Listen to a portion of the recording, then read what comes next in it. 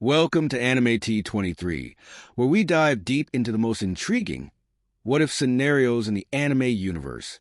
In today's episode, we explore a world where Naruto-Uzamaki, the future hero of Konoha, is neglected by his own family. But what if this neglect unlocked a hidden potential within him? Join us as we uncover how Naruto's loneliness transforms into his greatest strength. This is What If Naruto Was Neglected by His Family and at Every Elemental Bloodline, Part 3. Naruto didn't know how he should be feeling as he walked to the left of Kurenai, with Narumi flanking her right. It had been just over a week now that the new team, dubbed Team Kurenai, left Konoha in pursuit of Yuki in hopes to solve the strange fortune mystery that had uncovered itself. They had just broken through from the Land of Fire's border and were making good time, covering the rest of the distance to Yuki. Less than a day's trip, and they would finally have made it to the outskirts of Yuki, having to cross the icy water on a boat before getting able to step foot onto the country itself. The country had been experiencing an overabundance of snowfall for about 2 years. Even during summer, the snow continued to fall over the country, making trading especially hard for the neighboring villages and countries with treaties. Somehow, though, by either miracle or luck, the country managed to prosper further with the excess amount of snow. More wildlife seems to roam the snow-covered land, and plenty of different fish species have been discovered in their icy waters. There have even been rumors circulating that the Yuki was beginning to establish a shinobi system. But those were just rumors, since most travelers and shinobi alike tend to stay away from the desolate country, many finding it too cold to endure, especially during winter. During their trip, Naruto managed to get several training opportunities when it was his turn for guard duty. While he couldn't practice any of his blood or water ninjutsu, he had raised the weights that Shursui had on his body and made sure he practiced his taijutsu katas. He stationed several water clones around their campsite for some extra precaution as he lost himself into his training. The one particular jutsu he had wanted to master, or at least adequately learned control, was the Shunshin Jutsu. He had only ever performed the jutsu successfully in his battle with Sokka, but he was sure it was due to the bijus residing in him that helped him actually use the technique. Since he was never able to physically move that fast before, his early attempts usually left him with a mouthful of dirt and a sore back. But the more and more time he had for guard duty, the more proficient he was getting with the jutsu. While he was nowhere close to Shursui's level of mastery with the jutsu, he was proficient enough to move around at speeds most chunin, who performed the jutsu, couldn't do. And it was all thanks to the scroll Shursui had left after his death. There was a reason why the jutsu seemed to just click with the uchiha prodigy. The Sharingan. The Sharingan allowed the user to perceive things around them at a much faster rate than normal, almost as if everything was moving in slow motion. Because of this, the Jujutsu allowed one's body to react to situations faster, and Shursui had discovered that paired with the Shunshin, he could use his Sharingan to not only amplify the Jutsu's effectiveness, but also the speed the Jutsu took to activate, to dispel, and to perceive. The Jujutsu helped regulate the chakra control around your whole body in order to move in bursts of speed in split-second intervals. Naruto couldn't help but beam at his sensei's brilliance, eternally thankful for his fateful encounter with him. So while he was slowly progressing with the sunshine, he slowly started to improve on his blood manipulation. While Team Kurenai ventured further to Yuki, he made small slices in his skin and timed himself to see how fast he could close and seal up his wounds. Small cuts like a slice would take no longer than 10 seconds to heal, and if he didn't channel his chakra to the wound, it would take anywhere from 5 to 10 minutes to heal. While larger injuries like a stab wound would take somewhere close to 1 minute to heal, depending how bad the injury actually was, and would take around an hour to heal completely without channeling his chakra to it. But even with all of his improvements with the blood in his body, he was having trouble trying to manipulate it out of his body.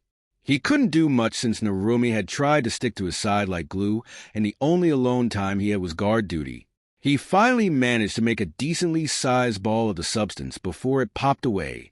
Naruto was starting to grow irritated at his failed attempts until Aisabu had to explain to him that he would just simply need better chakra control. since the seal had been discovered on Naruto, and the two of them managed to finally speak to another that had opened a small layer of the seal, allowing more of the demon's chakra to be accessible. But the biggest drawback to this was it had slightly thrown his chakra control out of whack. It wasn't a huge change. Since he was able to perform all of his jutsus to the same capacity as before, his blood was used to the abundance amount of demon chakra, so it threw his reserves off. "Oh, good, the port. We should be able to catch the next boat to Yuki," Kurenai's soft voice said as she subconsciously hugged the poncho that was over her body closer to her, squeezing any warmth that it had left. The closer they walked to the small, isolated port, the colder and colder it had become. Leaves on trees were starting to die, leaving them bare with the bark starting to peel off. The bareless branches started to show signs of snowfall as the port came further into view. Narumi did the same as she shivered under the cold, not looking forward to what it would be like once they actually step into the country. Naruto, on the other hand, wasn't fazed in the slightest by the cold. He had been manually circulating his blood through his body to keep him warm, another trick that Aisabu had told him to try while their journey began.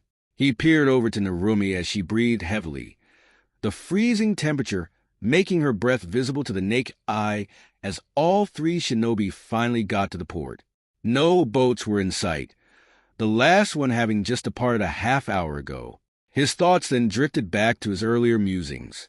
He was pretty excited that he would be working along with Kurenai. It was a surprise that he was more than welcome to accept with open arms. Naruto winced as he leaned his body against one of the dead trees, a piece of bark stabbing through his poncho and poking his skin. He shifted into a more comfortable position before he took another peek at Narumi. She had been awfully quiet since they left Konoha, barely speaking a word to either him or Kurenai. He chalked it up to her just being annoyed with him to what happened outside the Hokage Tower, but the silence was beginning to make Naruto a bit anxious. He felt a lump form in his throat at the thought, hoping she wasn't planning anything against him. He felt the snow under their feet shift slightly as a cold body came and stood next to him, teeth clacking together as she rubbed her trying to stay warm. "How are you holding up, Naruto-kun?" Naruto turned over to Kurenai as she spoke, smiling at how flushed her cheeks looked from the cold. She looked cute. He only shrugged his shoulders at her, shifting uncomfortably as he felt the piercing blue eyes of his sister look his way. Sadly, him and Kurenai didn't have a lot of opportunities to talk to one another. Whenever they tried, the weird gleam that would shadow over Narumi's eyes would make unbearably uncomfortable. Kurenai's voice was calm as she spoke, but he could hear the tenseness in her words. She leaned on the tree with Naruto. He fought back a smirk as the same pierce of bark had poked Kurenai. "I'm all right. I just want to finally get to this town." Kurenai nodded as she looked at Naruto up and down. She was slightly irritated to see that the blond boy didn't seem to be bothered at all by the cold. He wasn't even shivering, and his face remained unflushed. She chalked it up to one of his new abilities she had told her about back in Konoha. Looking away from him, she turned her gaze back to the small port, walking a little closer until she was on the edge of the dock, looking out into the vast pool of water. Several ice chunks floated within the water, getting swept up in the current before breaking apart. Straight ahead was a large island that was Yuki. Clouds hovered over the island, no doubt supplying the country with its massive amount of snow. She vaguely wondered what the country would really look like. She had never been to Yuki before, and the curiosity definitely piqued her interest. But after standing in the freezing cold, not even in the country yet, she found herself not caring anymore. "It seems the boat is coming back." Kurenai suppressed jumping in surprise as Narumi's voice hit her randomly. Snapping her head, she saw the redhead standing next to her, arms crossed under her poncho as she stared straight ahead. Her voice was void of any emotion as she motioned Kurenai to look at the vast sea. And sure enough, a small silhouette of a boat had started to make their way to them. She could barely make out a person who was standing at the edge of the boat. Nodding her head to Narumi, she turned back and motioned Naruto to make his way over to her. He did so without hesitation as she stood next to her, making sure to be on the opposite side than Narumi. The three waited in silence as the boat finally parked itself in the port. A tall, skinny man stepped out from the shadows as he walked closer to the group. His body looked caved in like he hadn't eaten in years. His skin was pale and his straight black hair flowed all the way down to his ankles, just barely touching the ground.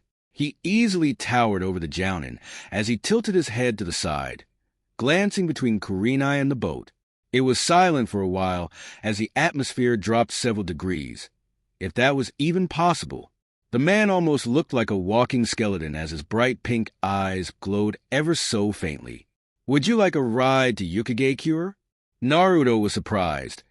The man's voice was not as deep as he was expecting it to be. Considering the condition, he expected something entirely different. Kurenai nodded her head, motioning to the Namakazes. She tried to keep her shivering under control as she responded, "Yes, if you would be so kind." The man gave a gruff as he walked back to the small boat. Kurenai looked hesitant as she followed him as she finally got a good look at the boat. The boat was shockingly bigger than it had looked from a distance. There was a small table in the middle holding up several empty bottles. The man stepped in and turned to his side, allowing them to follow behind him. Kurenai was the first to follow suit. Next was Narumi, who took a seat to the Jounin's left, and Naruto, who occupied the right. The man took soft steps to the front of the boat before untying the rope that was keeping it stationary. After that, he dipped his hand in the freezing water below, tilting his head so he could meet Kurenai's eyes. The man was even phased as snow had started to fall and soak into his skin. The boat then started to shift a bit as they finally left the boat's dock, making their way slowly to Yuki-Cure. What brings Konoha Shinobi to Yuki-Cure? We have an important mission that must be completed. In fact, if possible, can I ask you a few questions? The man stayed silent for a moment, his eyes never blinking as the snow damped his black hair. "Depends." Kurenai cooled her expression before continuing. "I was wondering if you knew anything about the strange disappearances in the town Roka," she said smoothly, waiting for a response. Narumi and Naruto looked his way as well. The man shook his head several times before submerging his hand deeper in the water, making the boat pick up speed. "They're not disappearing. I reckon it's kidnapping." "Kidnapping?" "Yes. After a single girl goes missing, it's chalked up to a runaway or maybe even getting lost. But the third, or even the Ninda, it ain't just a coincidence anymore," he said. The air grew tense again as they rocked back and forth slightly due to the current. Naruto spoke up this time, curiosity getting the better of him. "Do you have any idea who could be kidnapping these kids?" He shook his head again. "If I had to guess, then most likely a group of bandits. They tend to roam in the middle of the night from what I heard. Roka is the only town that has experienced something like this," he said, turning his head over to Narumi. She met his gaze with an unflinching one of her own. "You should be careful out there, Missy. You are well within their age group of girls they go after." Narumi rolled her eyes at the man's words, not affected in the slightest. "I can take care of myself," she chimed as she crossed her arms. Naruto, on the other hand, clenched his fists at this. While he wasn't close to his sister, the mere thought of something like that happening to her didn't sit well with him. Naruto turned around as soon as the man got quiet again. Kurenai continued to ask him questions, but he turned them out as he watched as they got closer to the island. Kidnappings. It definitely made more sense than kids just vanishing out of thin air. And from what the mysterious man had said, they typically went after young girls, informing the squad that a 4-year-old had just gone missing last night in Roka. Looking up at the snowfall, he felt the temperature around them drop several degrees again. He silently thanked Isabu for the blood style to keep his body warm. Naruto felt his eyes widen as Yuki-Cure finally came into view. He put hands on the edge of the boat and leaned forward to get a better view. Several clouds circled the island, and the mountains in the back were completely covered in snow. Narumi had a similar reaction, finally letting her emotionless expression slip as she looked out next to him in wonder. "Welcome to Yuki-Cure," the man's rough voice said as he docked the boat perfectly, tying the rope around to keep it at bay before letting Team Kurenai exit. Kurenai bowed to the man, thanking him for his service. The man nodded in response, pointing straight ahead of him. "I dropped you guys off right next to Roka," followed the path straight ahead, and it should lead you directly to the town. Directly after he spoke, he hopped back into the boat and sailed off back into the frozen water. Kurenai turned back to the two Namikes and offered a small, "Well, let's get going, shall we?" Team Kurenai traveled at a moderate pace along the snowy path towards Roka Town. They had been walking for about an hour and nothing eventful happened. Even the trip across the land of fire was not that exciting. The only mishap they encountered was a small group of bandits that had tried to attack them in their sleep. Unluckily for them, Kurenai had been the one doing guard duty that night, and the next morning Naruto and Narumi didn't even know that enemies were there that night when they woke up. Naruto found himself lost within the scenery the closer they got to Roka Town. He couldn't explain it, but it felt somewhat peaceful here. The snow didn't bother him very much, unlike his two female companies. The only issue was it was a little harder to walk in, but they all had brought their combat boots, so it wasn't posing much of a problem.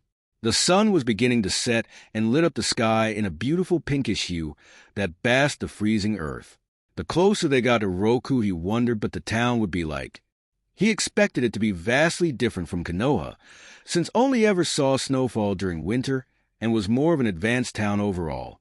And if he recalled, Yukigakure didn't have any shinobi, just pure civilians who lived day-to-day lives. Another hour passed before Team Kurenai saw large wooden arches overlapping together, with a large sign that read Roka Town at the top. The sign was broken, half of the sign hanging on by a thread as the rest of the town came into view. "Whoa," Naruto said, squinting his eyes as the three of them walked through the arches.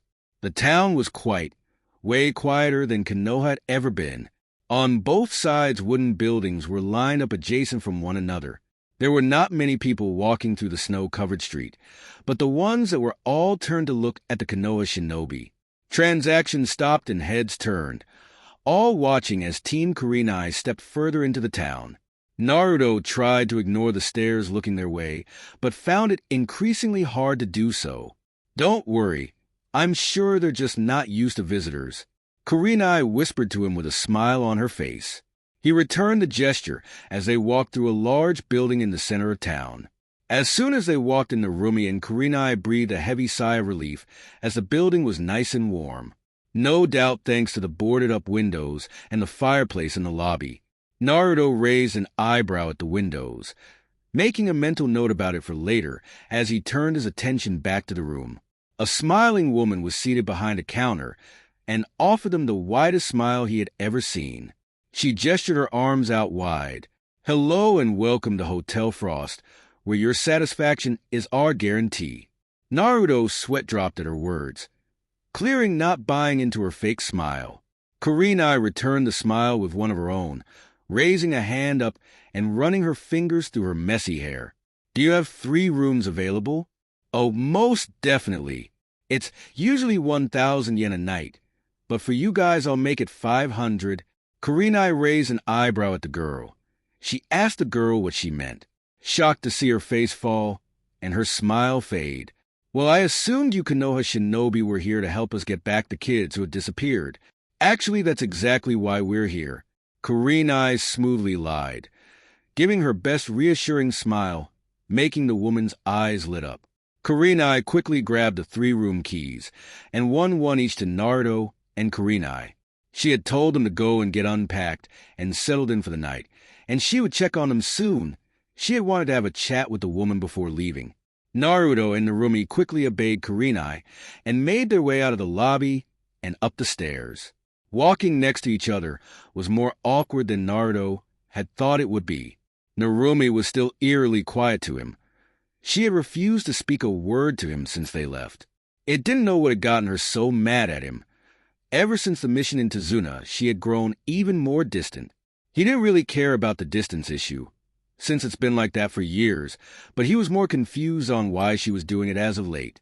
At the beginning, she seemed pleased to work alongside him, as if she was hoping to spark a family bond that has never been there. But now he just didn't know why she had a sudden change of heart. "What are your plans for later tonight?" Naruto stared at Narumi for a moment, rather surprised. He hadn't expected her to suddenly talk to him. Taking another step up the stairs, he quickly shrugged. "Probably rest. It's already getting late, and I want to get a good night's rest before information gathering tomorrow," he lied, not wanting to tell her that he planned on practicing his blood manipulation. He didn't want her to be all up in his case like before. Finally getting to the last step, she had turned to face him. It was moments like these that he really missed having the rest of Team 11 here with him. "I was thinking maybe we could have a friendly spar, see what each other is made of," she said, her voice hard as she spoke. Naruto narrowed his eyes suspiciously at his sister. It was the first time ever any one of his siblings had asked him for a spar. He watched as her eyes glazed over for a moment, probably communicating with the bijou within her. He thought to himself as he tilted his head at her. He stayed silent for a moment as he let her words fully sink in, weighing out all the pros and cons. "Maybe another time, Narumi. We have an important mission to do." He then walked past her, her body staying in place as he scanned his room card with his corresponding room. He didn't notice before, but the hotel hallway was quiet, so quiet he could hear the annoyed breathing of his sister. Narumi gave a laugh that sent a chill up Naruto's spine. "So you don't want to fight me, huh? But I suppose I know why you don't want to. It must be hard knowing you can't stand up to your older sister." She said it smoothly, turning her face so he could see the cocky smile that formed on her lips, flashing her enlarged canines, letting the unspoken challenge sink into him. If she had noticed Naruto's hands tightening around the doorknob in anger, then she didn't say anything, allowing herself the mentally victory as she strode past him confidently. The cold voice of his sister resonated deeply within Naruto as he sent a piercing glare to his sister with barely controlled rage. He watched in silence as she walked into her own hotel room directly next to his, making sure to flash one more toothy smile his way and disappearing from sight. He threw his door open in anger, almost ripping it right off its old hinges and slamming it shut. She really knew how to push his buttons in the worst way possible. She knew exactly how to get a rise out of him. Breath. Naruto reluctantly headed to Bijou's words, feeling the jutsu that Aisabu had used on him the very first time they had met to calm him down. It took several minutes this time, but that jutsu finally started to have an effect. He felt his anger start to subside, let out a small breath of relief as he thanked the Bijou again. He took a seat on his bed and put his head in his hand. He knew that coming on a long-term mission with Narumi was going to suck. Even with Kurenai here, it just served to make the moments with Narumi worse. "You need to learn to keep your emotions in check. I can't always step in and calm you down." Naruto gave a stained smile and nodded his head. He knew that Aisabu was right.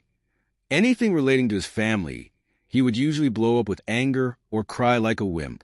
The more times he thought he was over everything, the more times he was reminded of their overlooming presence that had in his life. They had always affected him and will always.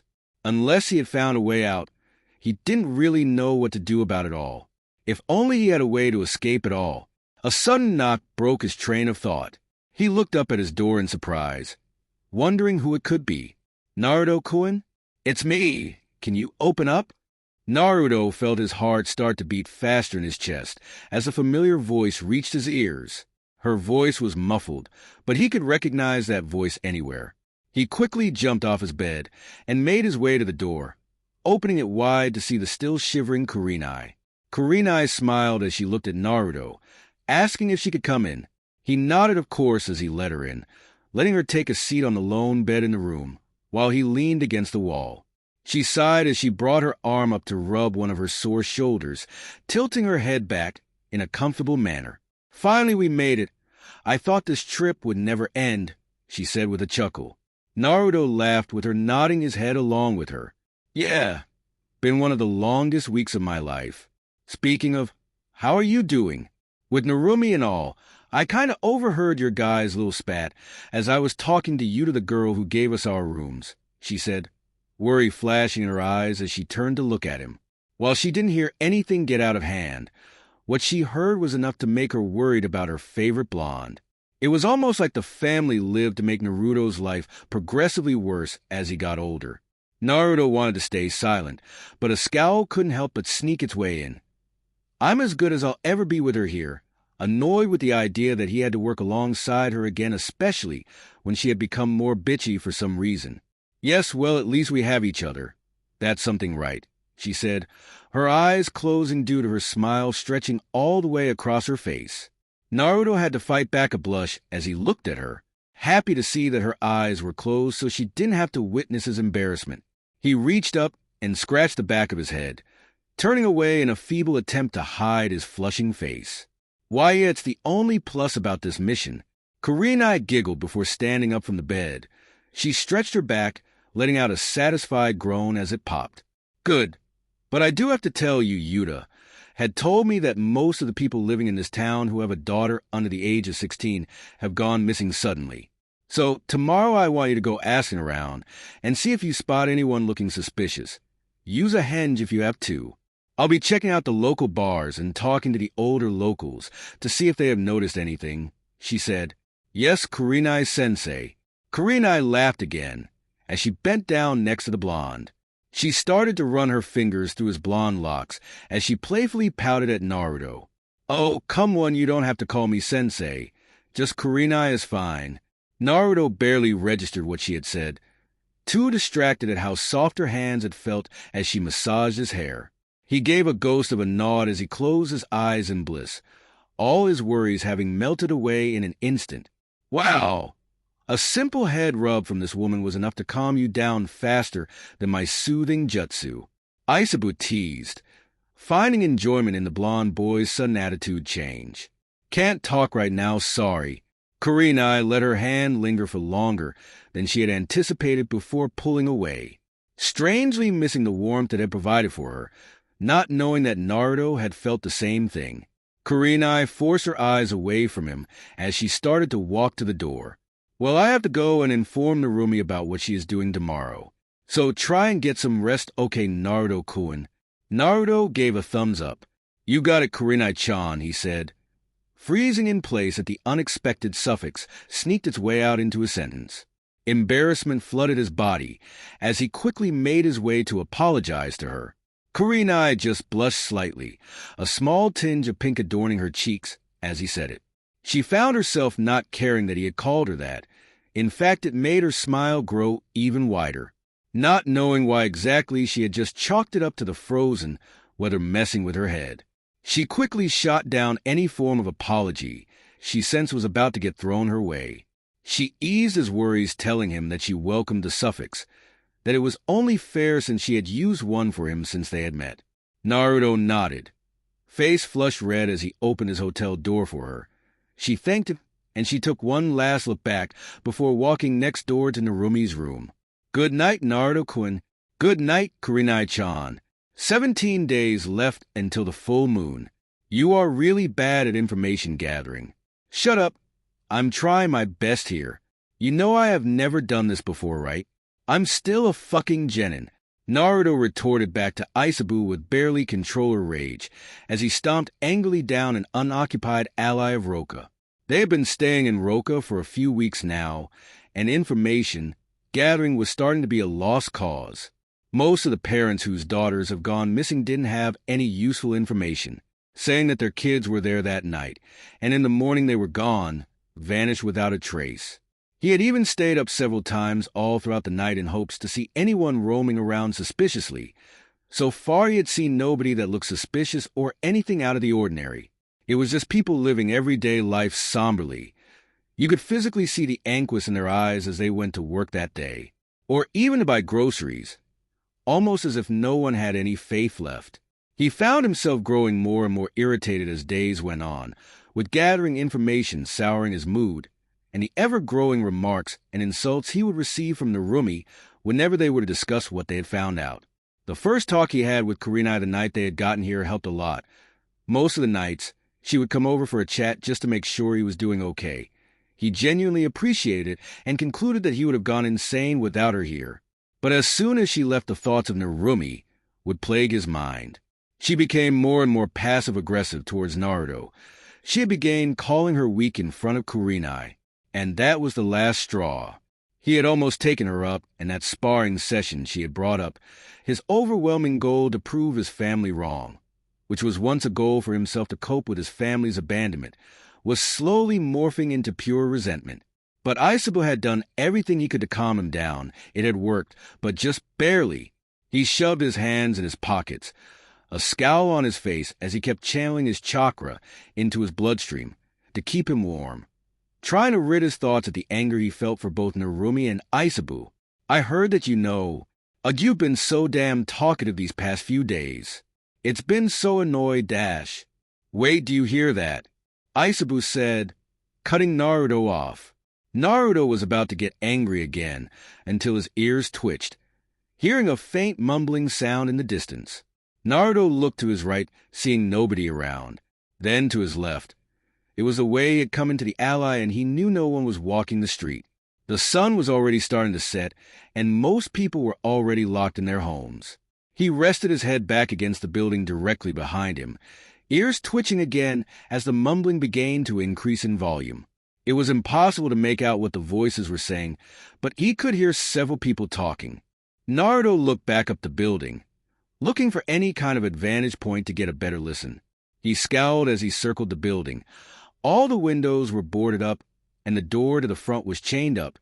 If he forced himself, they would obviously be aware of his presence.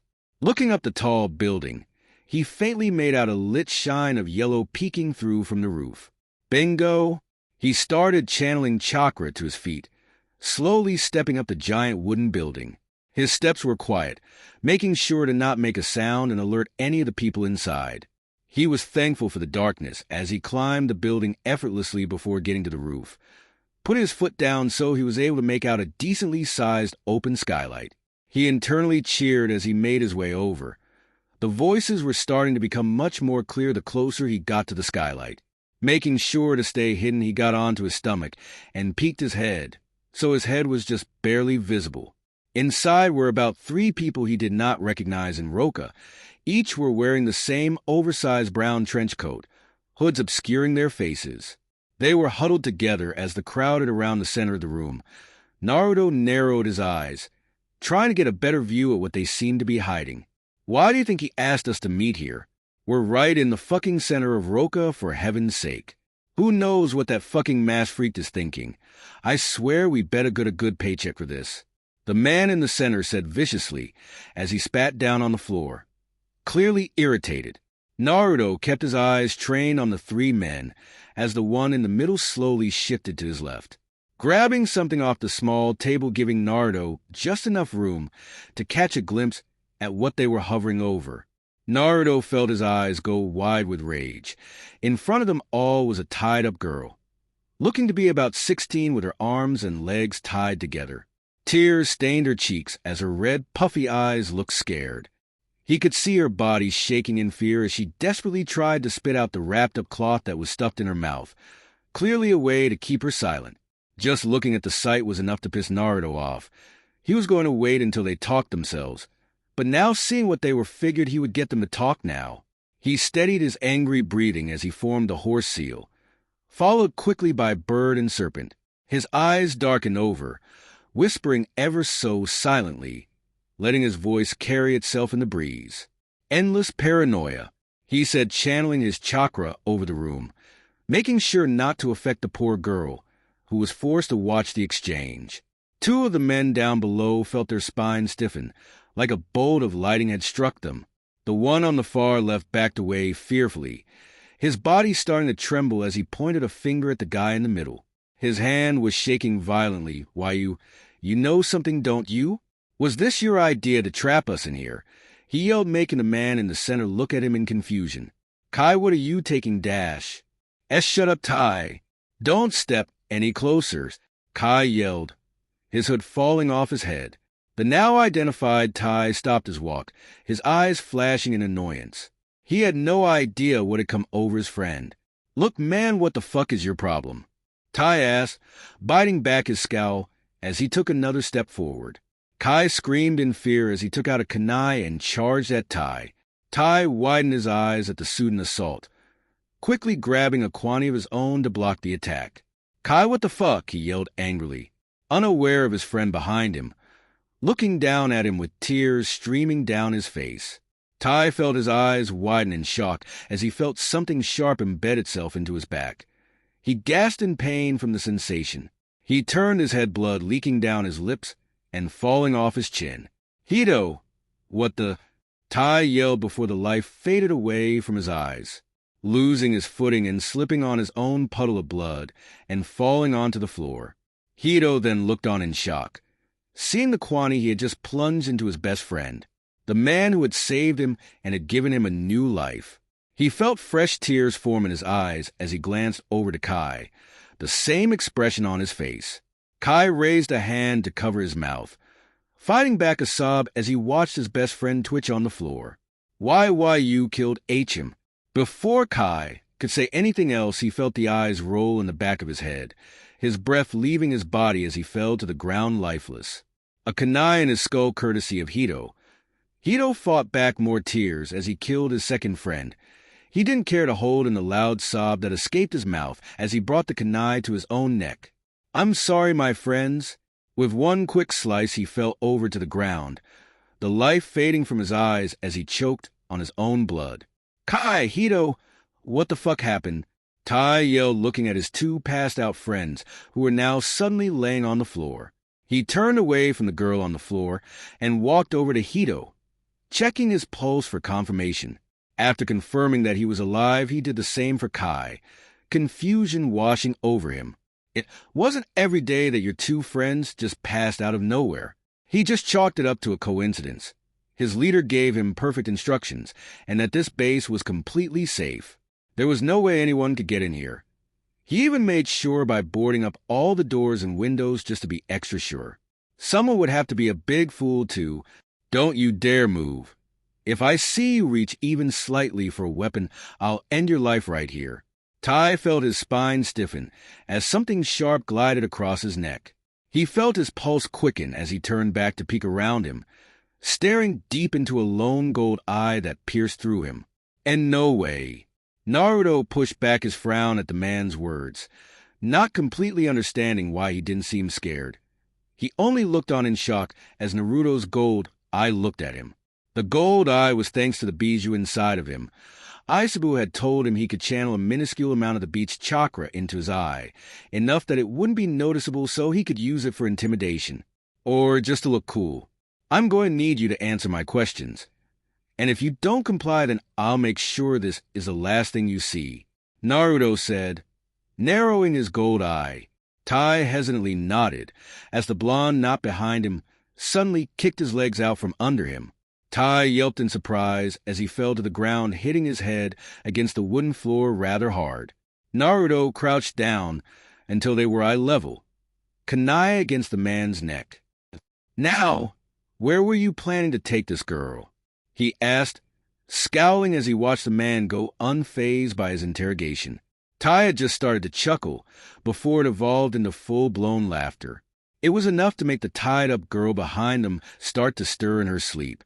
Naruto's scowl deepened as he pushed the kunai deeper, drawing a single droplet of blood from his skin that had seemed to shut up the man's laughter.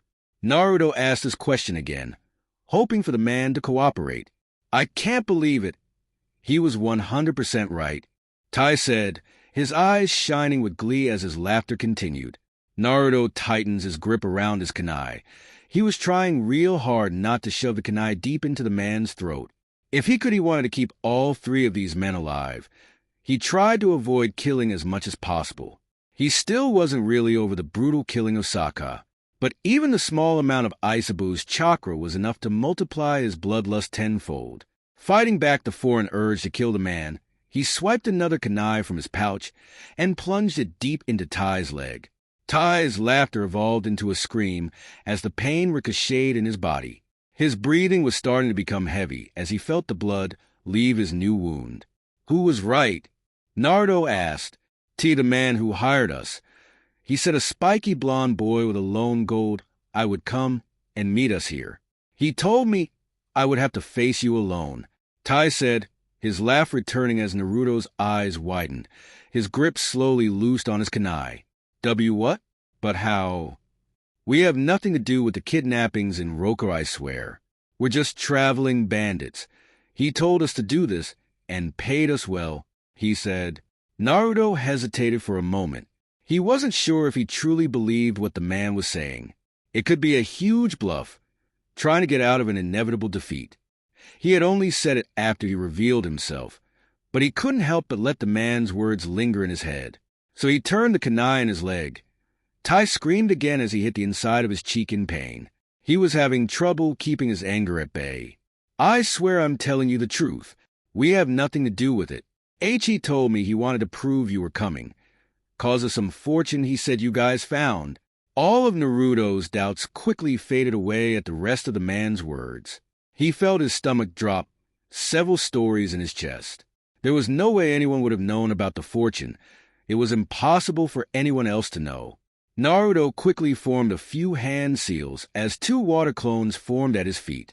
He glanced over at them, his right golden eye glowing in the darkened room. "Escort the girl home. Make sure she gets there safe." The two clones nodded, leaving Naruto alone in the room with Tai. "Now," Naruto said, as more and more the Sambai's influence had started to affect him. Silence engulfed the room as Naruto pushed his kunai deeper into Tai's leg, burying it so just the hilt of the blade was visible. Tai squirmed in pain as Naruto smiled wickedly, grabbing Tai by his short brown hair. He opened his left eye, showing his Sharingan to the empty room. Tai couldn't help but feel unimaginable fear as he stared into the multicolored eyes of the boy, one gold and one red.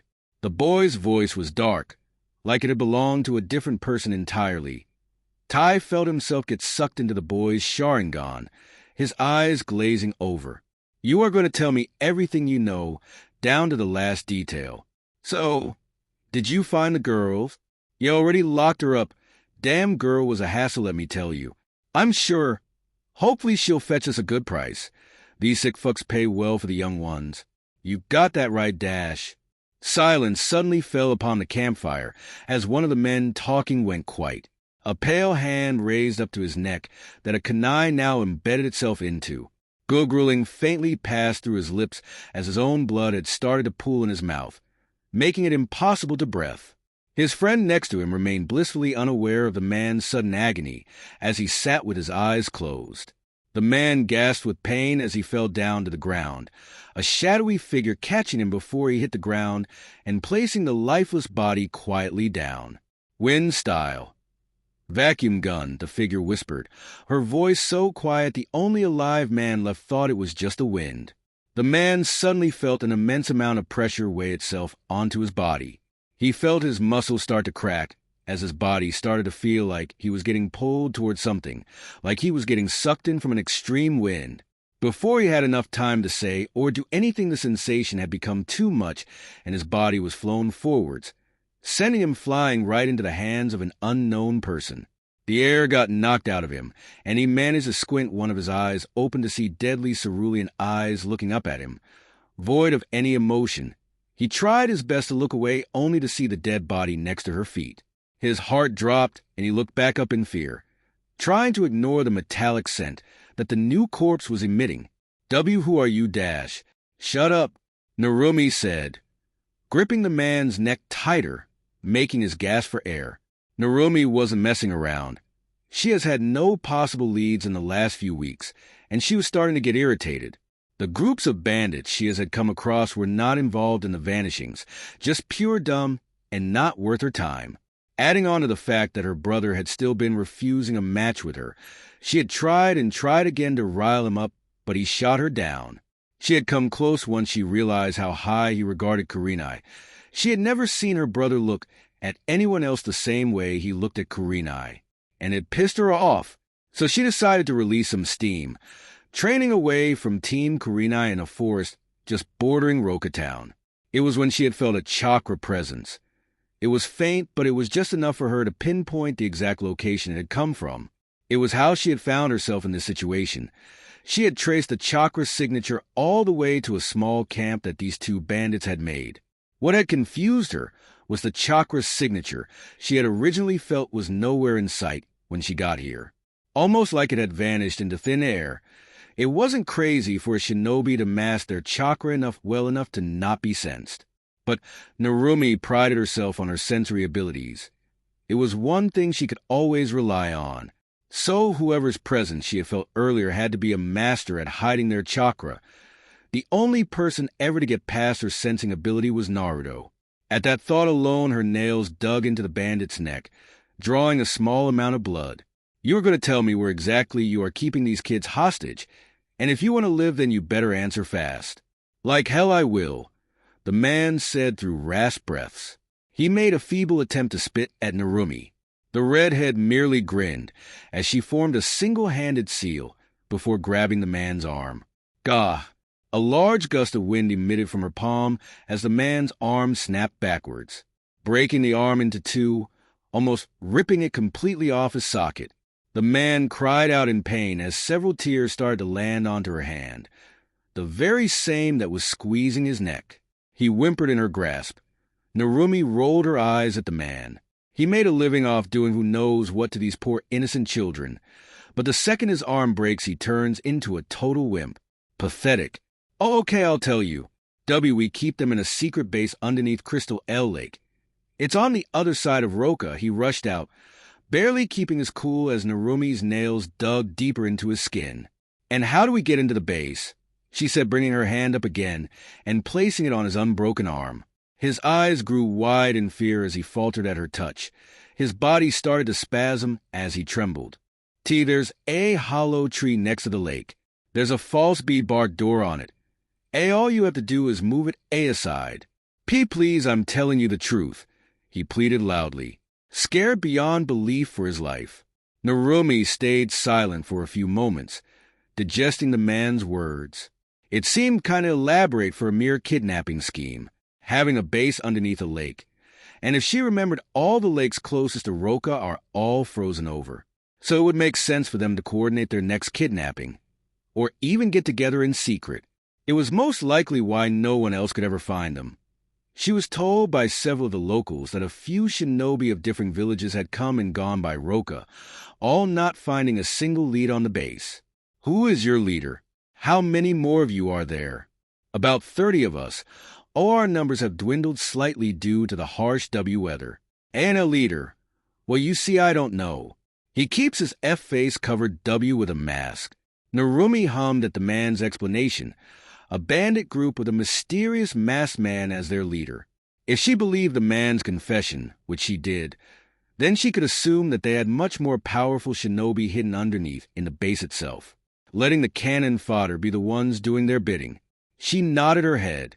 "Okay, I believe you," she said, making the man give a strained smile. He started to cry tears of joy, happy to be set free. His happiness was short-lived, however, as with a quick flick of her hand, she snapped the man's neck.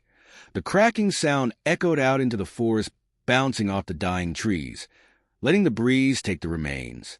She let the man drop to the ground lifeless, slipping out of her grasp as his body laid right next to his friend's.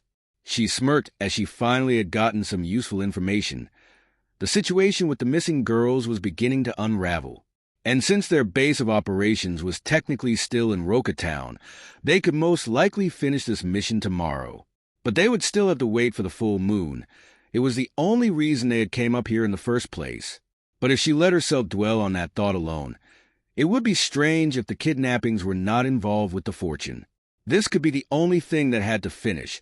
Hell, the full moon could have been a huge plot to begin with. Though, now that she thought about it, the meeting could have been referring to anything. Standing in place, an unwelcome feeling of anxiousness wrapped itself around her, leaving goosebumps on her skin. Sure, they had a vague idea of what they were getting into, but the full moon meeting left too many unanswered questions that just didn't sit well with the redhead. She shook her head, shoving her thoughts into the back of her mind before jumping up into the trees and making her way back to Roka Town. The sun had already set, and she had gotten even more information than she had originally thought. If she was lucky, then maybe one of the few restaurants in the town was still open. Naruto stood frozen in place, a blood-soaked kunai in hand, as he looked ahead of him. The body of a man laying beside him, a large vertical slash going across his throat. Blood leaked out from the wound, staining the wooden logs beneath him. Both of his eyes had reverted to normal, bringing Naruto back to his original state as he looked at the scene in front of him with a multitude of emotions. You did what you had to do. You got plenty of useful information out of him. Information we can use to save every girl held captive. Yeah, but I had let the anger consume me. It totally took over.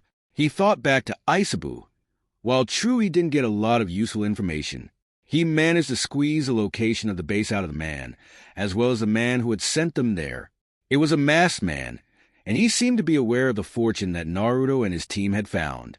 Tai had answered questions he shouldn't have known. He almost recited the fortune perfectly before he drew his last breath. He clenched his fist at the thought. He told himself coming into this that he wouldn't kill if he didn't have to. Aisabu had tried to talk reason into Naruto, saying that it was a necessary job for a shinobi.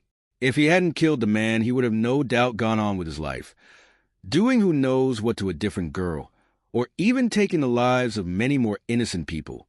And the anger he had felt using Aisabu's chakra, he had only used a sliver, and it was enough to completely change his personality. He knew demon chakra was vile. They weren't demons for nothing after all. But the feeling was sickening. He shivered and thought of what it would have been like if he had channeled more, not liking the answer he had come up with. He didn't know how long he had stayed in the room, but it was long enough for one of his water clones to come back and tell him that they had returned the girl back to her house safe and sound.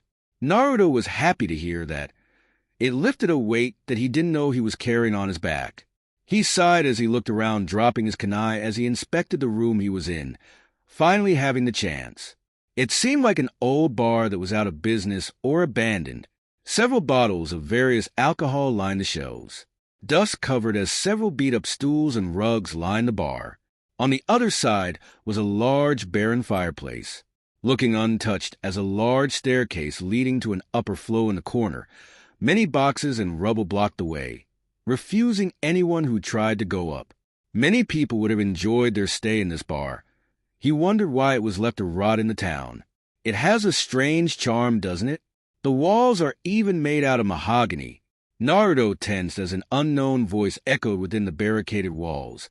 Jumping forwards, he made it to the opposite side of the room, flinging a new kunai from his pouch as he scanned the room, looking for any sign of an intruder. My calm down. I just came to have a drink and maybe a little chat. Naruto turned towards the bar, throwing his kunai as fast as he could towards the voice. The kunai soared through the air before smashing through a bottle of alcohol in a mysterious man's hands. Naruto felt his eyes go wide as he finally got a good look at the man. He was wearing a long, dark blue trench coat. It went all the way down to his ankles. There were many large wave symbols etched onto the cloak. Naruto counted 3 symbols before noticing the blank white mask that covered his face, eye holes going unseen as his hood remained down, showing off his head of shiny silver hair. Without even seeing the man's face, Naruto could hear his frown as he spoke. "Oh man, that was perfectly good rum you just destroyed." Naruto didn't falter at the man as he readied another kunai. He wasn't in the mood for jokes at the moment. The masked man stayed still as he looked down at the broken bottle. You're the masked leader who had hired this group to wait here for me." The man nodded as he finally moved his body, jumping over the bar and taking a seat on one of the stools. Naruto didn't let his guard down as he watched the man place his foot on the stool, bringing his leg to his chest. "Yes, I am indeed, and I can certainly say I am quite shocked. I didn't actually expect you to kill him," he chimed out, surprise evident in his voice as he looked over the body of Tai. Naruto narrowed his eyes at the man. He could sense no ill intent from the masked man. Naruto was sure he didn't even see him as a threat. The man seemed to carry himself with an absurd amount of aloofness. But that didn't stop Naruto from being weary. Whoever this was, he seemed to know a great deal that he shouldn't. So Naruto kept his guard up, getting ready to channel his chakra in case he needed to. "Do not be alarmed. I'm not here to fight you. Like I said, I am here for a chat. And what makes you think I want to hear anything you have to say?" Naruto called back to the still man, the masked man smirk going unseen as a chuckle escaped his mouth. Inside of Naruto, Aisabu narrowed his one good eye. Something had seemed strangely familiar about this man. "Well, you see, I think I have a great deal of information that you would just love to hear, Naruto." Naruto widened his eyes, his back stiffening in surprise at hearing his name get spoken. He looked back at him in suspicion. He said he had info for Naruto. He figured it was along the lines of the kidnappings that had plagued this town. But when he thought about that, it had made no sense. If what Tai said was true, then this was a man who had hired Tai to stay here and wait for Naruto. It suddenly clicked within Naruto. Tai and his group were just buying time until the masked figure could get here, perhaps knowing that this could be the one opportunity for him to speak to Naruto, perfectly secluded from everyone. What kind of information? The man's grin had only widened under his mask. He raised his hand and held up 3 fingers. You see, I know all about you, Naruto-kun. Every little thing, he said, his voice oozing with glee as Naruto felt like squirming in place, uncomfortable at what the man was talking about. But a strong feeling of uneasiness washed over Naruto, a feeling shared by his bijou companion. The masked man kept his fingers raised as he jumped off the stool, pacing slowly towards Naruto. Each step he took making the wood under him creak loudly as he got closer. 1. I know all about your secret, the one hidden in that left eye of yours, he said, as Naruto felt his body pale. Dread wrapped itself around Naruto as the masked man put one of his fingers down. 2. About the ability to control blood, a rare development indeed. Naruto felt the sweat bead down his body. He felt paralyzed as he watched the man finally get close to him. His body refused to move as the man was mere inches away from him. His mind was starting to break down around him as the man continued to speak, bending down as he lowered another finger. This time his voice came out as a hushed whisper as he poked Naruto in the chest, letting his words marinate. And 3. About your little friend you have sealed in you. Naruto felt his heartbeat quicken, shock entering his body at an alarming rate. There was no way, absolutely no way this man knew all of his secrets. He had hid them for so long. He had only told one person before, and how could he have known about Aisabu? Even he didn't know how he got sealed into him. Naruto's lips went dry as he tried to find a response somewhere in his brain. The man's finger felt hot at the touch as he pulled away, taking a few steps back, obviously amused that his actions had managed to affect the blonde. How do you dash? In due time, he said, cutting Naruto off. Naruto could only nod his head as he swallowed the lump forming in his throat. Even if Naruto didn't want to wait for an explanation, he was pretty much forced to. He felt like his world was starting to crumble around him. Do not worry. I have no intention of spilling your deepest secrets, the man mocked, amusement etching themselves in his words as he crossed his arms. But I would like you to do something for me, or more specifically my group. Naruto internally felt like crap. He felt trapped, more trapped than he had ever been in his entire life. Even stuck with his horrible family, he had never felt such a strong sense of helplessness, like everything he had known was a lie. And in exchange for you helping me out, not only will I keep my promise to you and keep my mouth shut, I will also tell you everything you have wanted to know, like how he had gotten sealed inside of you, and about the very man who had killed your precious sensei. His very words broke Naruto out of his stature. Naruto snapped his head to meet the masked man's eyes, or where he assumed his eyes would be under the mask. A scowl broke out at the corner of Naruto's lips, animosity setting his blood aflame. He and Aisabu both narrowed their eyes, Naruto quickly recovering from the shock at hearing his secrets get revealed so suddenly. If Naruto had any doubt in his mind at the man's words, it was quickly squashed. There was absolutely no way for him to know everything. It was impossible, unless he was there that night of the sealing, the night his sensei had died. But, thinking about it again, the man was aware of the fortune, meaning he could have possibly got all the information of his secrets if he was getting his own fortunes, or perhaps getting it straight from the fortune teller themselves. So the masked man would have to be telling the truth, or at least have the information on the 2 things he desperately wanted to know. Even if the man was lying, which he didn't think he was, it was a lead that he knew no one in Konoha would know. And what is it you want me to do? The man smirked, hook, line, and sinker. I think that can wait until I fully trust you, he said, making Naruto glare at him. Naruto's eyes flashed angrily, even more pissed off than he was before. The man continued his speech, pacing around Naruto like fresh prey waiting to strike. On the night you and your team attacked the base, I'll be waiting for you on the highest floor," he finished.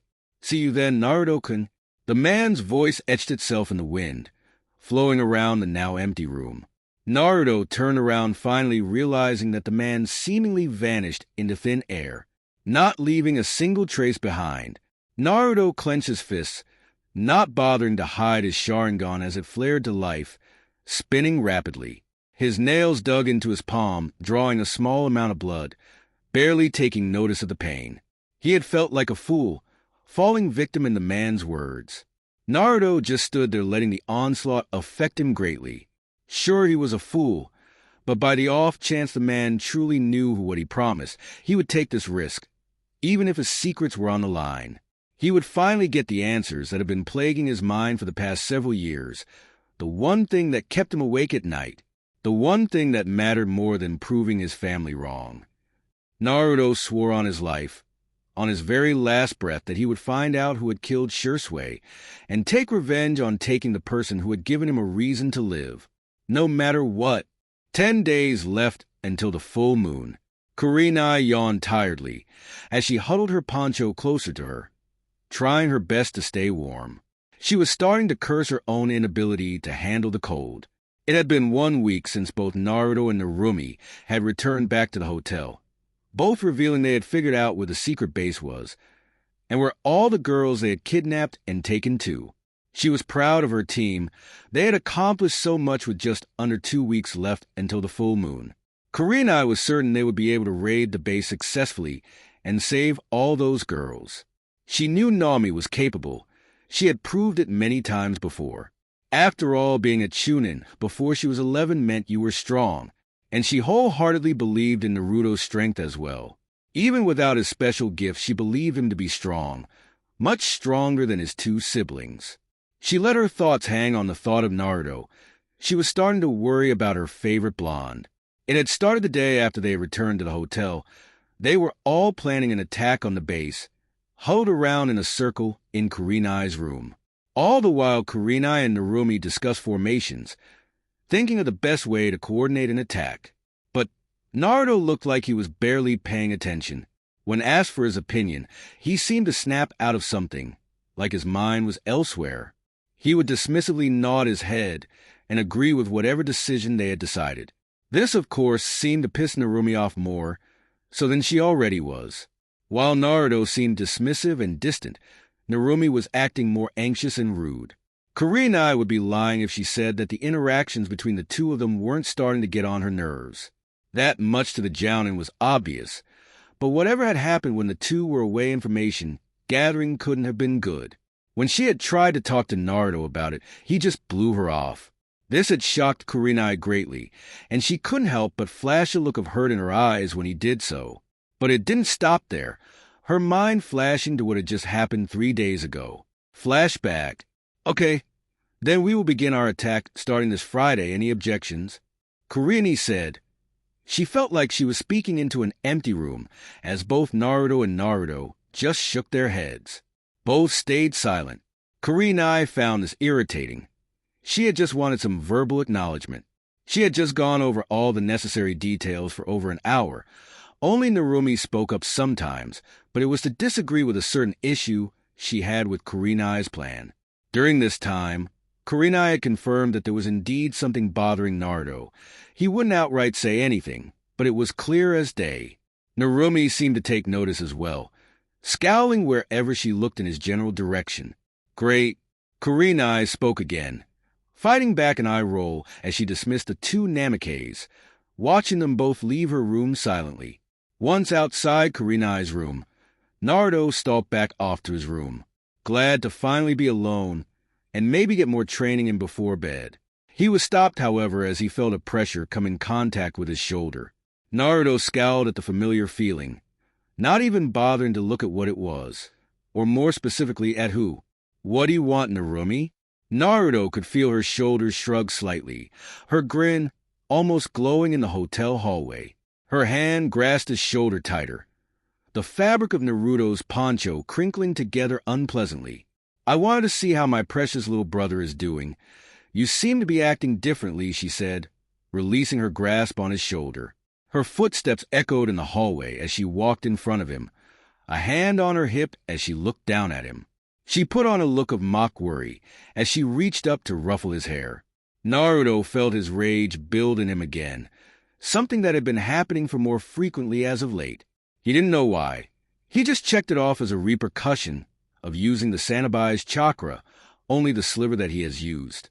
His eyes narrowed as movement suddenly triggered his senses, and he knocked her hand away before it could touch his hair. No different than usual. Of course you wouldn't know that. Naruto retorted smugly, eager to shut up his red-headed sister. His words had the desired effect on Narumi. He grinned at his accomplishment as he watched his sister's own smile fade away, replaced with a furious expression. Narumi straightened and adjusted her brown poncho. She took in the sight of Naruto, his arms crossing over his chest in a challenging manner. She returned his stare with one of fierceness. "Oh, I guess I wouldn't, and I wonder why? I guess years of being casted away is bound to change someone. So yes, I guess I wouldn't know." Naruto felt his teeth start to grind as his right eye flashed gold for a brief moment. His hands clenched as he fought back a wince, her words sharper than any blade. His nerves were starting to break little by little. He knew soon he was going to snap at his family, and Narumi was doing everything in her power to make sure it was at her. Maybe things haven't changed. You still are my weak younger brother that our parents threw away." Snap! Naruto's eyes flashed dangerously. Narumi barely had any time to react as he sent a fist into her gut. The redhead's eyes flashed with excitement as she caught her brother's fist before it could make contact. Eagerness filled her body. She had finally got what she was looking for, what she felt starved from. She bent his wrist to the side forcefully. Naruto went slightly from the pain before spinning on his heel and sending a sweep kick to Narumi's legs. Narumi was forced to let go of his wrist and jumped into the air, avoiding the kick. Sadly, Naruto didn't have time to react, as Narumi sent her own kick to his head, sending his body tumbling to the ground. Naruto fought back the pain and rolled out of the way just in time to dodge the fist Narumi tried to strike him with. The impact of her punch formed a small crater in the hotel floor. Small dust and wood particles flowed upwards as she grinned, cockiness glowing off of her. Her confidence was short-lived, however, as Naruto suddenly appeared at her right. Her eyes widened slightly. So fast. She brought her arm up to dodge his first attack. She felt her body slide across the floor as her back pressed up against the wall. Feeling trapped, Narumi tried to escape to her left, jumping to the side, using her forearm to block another punch coming at her. She sent a right hook into Naruto's stomach. She felt her eyes go wide again when her hand went directly through her brother's body, water soaking her hand. The clone of Naruto grinned before bursting into a torrent of water, sending her back to the wall, spitting out water from her mouth, clearly irritated. Seeing another fist come at her, she tilted her head to the side, his fist scraping by her ear painfully. She grabbed his arm as his fist hit the wall, pulling Naruto closer to her and sending a knee to his stomach. Naruto gasped in pain as he took the hit. He now vaguely understood why Narumi was a chunin. That one attack hurt more than any of Sokka's had. She didn't stop there as she threw Naruto to the opposing wall. The impact hurt like hell as it formed small cracks in the wall, making a perfectly Naruto-size imprint. Naruto spit out a wad of blood as he glared at Narumi. Narumi made an effort to put on a disinterested face, trying to hide the fact that she was impressed by how fast he actually was. So she settled with another smirk, not waiting for Naruto to recover as she took off running towards him, channeling chakra into her hands. Naruto did the same as he ducked under her first attack. Her leg came next as he used his forearm to lessen the damage before jumping to the side, hands flying through seals. Water style, Sunban flurry. He yelled as he threw his chakra-infused hand forward. The water formed at his fingertips, solidifying instantly into numerous Sunban needles, flying off into a volley of attacks. Narumi cursed under her breath as she tried her best to dodge all the needles. The cramped hotel hallway proved it to be quite difficult to dodge them all as a single Sunban pierced through her shoulder. She winced from the sudden pain as she jumped closer to Naruto, ignoring the pain in her shoulder as he vanished from sight. Her years of battle experience alerted her to an oncoming attack as an elbow struck her from the side. She brute forced through the hit as her own arm came up, slamming her palm into Naruto's chest. Wind style. Forceful palm. Naruto felt a large gust of wind hit him suddenly in the stomach, forcing his body to go sailing backwards. He felt his inside shake around due to the attack as he rolled back onto the floor. Naruto grit his teeth as he looked over at Narumi. A small trail of blood leaked from her shoulder, but otherwise she looked totally unscathed. It seems you have some fighting spirit after all, but that won't last long. She howled out as she flew through hand seals. Naruto jumped to his feet as he did the same, not wanting to be outdone by his sister. Wind style, great palm. Water style, water whip. Both Namekis yelled simultaneously as they both unleashed their attack. Cracks started to appear on the walls as both attacks collided with each other. Naruto's jutsu looked powerless as Narumi's ripped through the whip-splashing water everywhere as her attack landed, emitting a minor shockwave through the hotel. Narumi felt herself grin again, happy to see that she still excelled at ninjutsu in the family. By the time the dust had dispersed, Naruto had disappeared from Narumi's sight. Sensing Naruto behind her, she quickly turned around to face him head-on. But before they could connect attacks, both Namekis felt something grab onto their wrists as they were forcefully thrown into opposing walls. Naruto and Narumi both looked confused as to what happened as they looked up to see a royally pissed-off Kurenai standing in the center. Her glare promised pain as she glanced between the two of them, a fire burning in her eyes.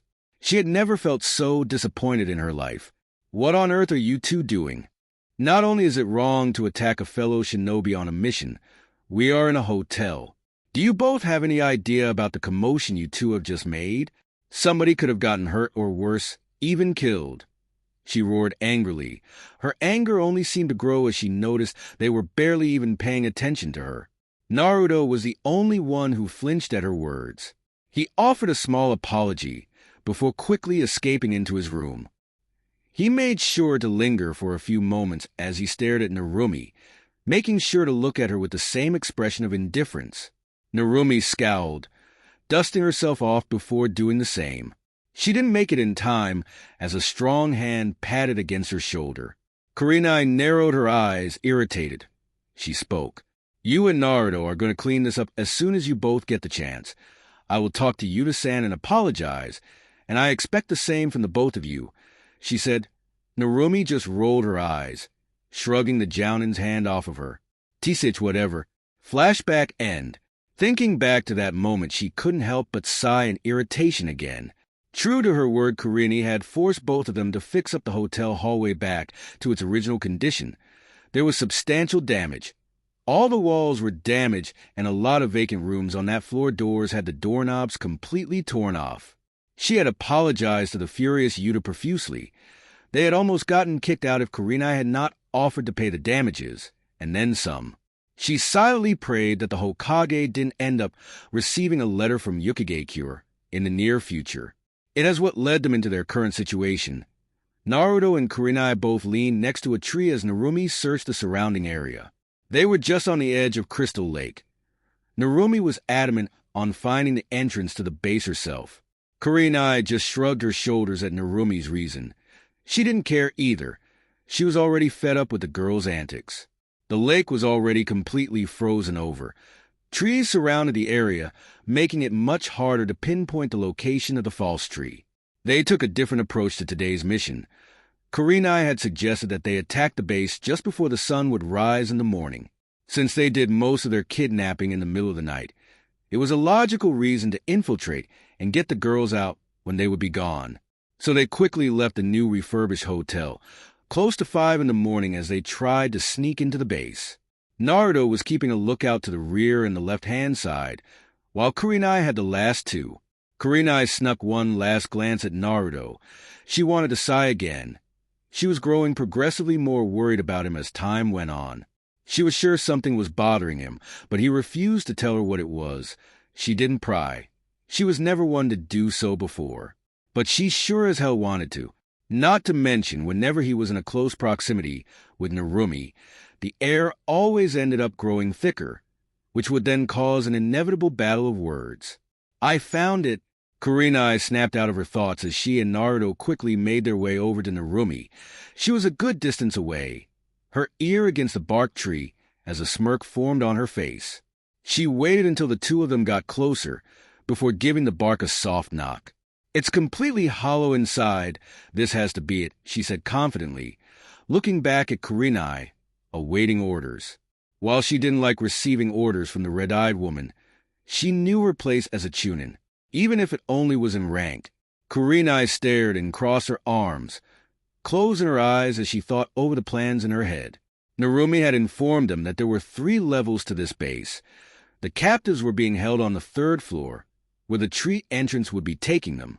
On the 2nd was the training and relaxation hall, no doubt where most of the bandits and shinobi would be. And finally on the 3rd floor, the very top was a storage center, where they kept the riches they had accumulated over who knows how many shady missions.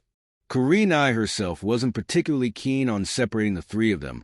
While she knew they could all handle themselves, it was still a risk, but if it would be the most effective strategy they had. The second option was clearing all floors together. While time-wise they could clear each floor much quicker and effectively, it would give the enemy much more time on the floors above them to launch a counterattack, rather than getting attacked on each floor separately. I suppose it would be most effective to go with our original plan. I will take the bottom floor, Naruto-kun will take the middle, and Narumi-san the top.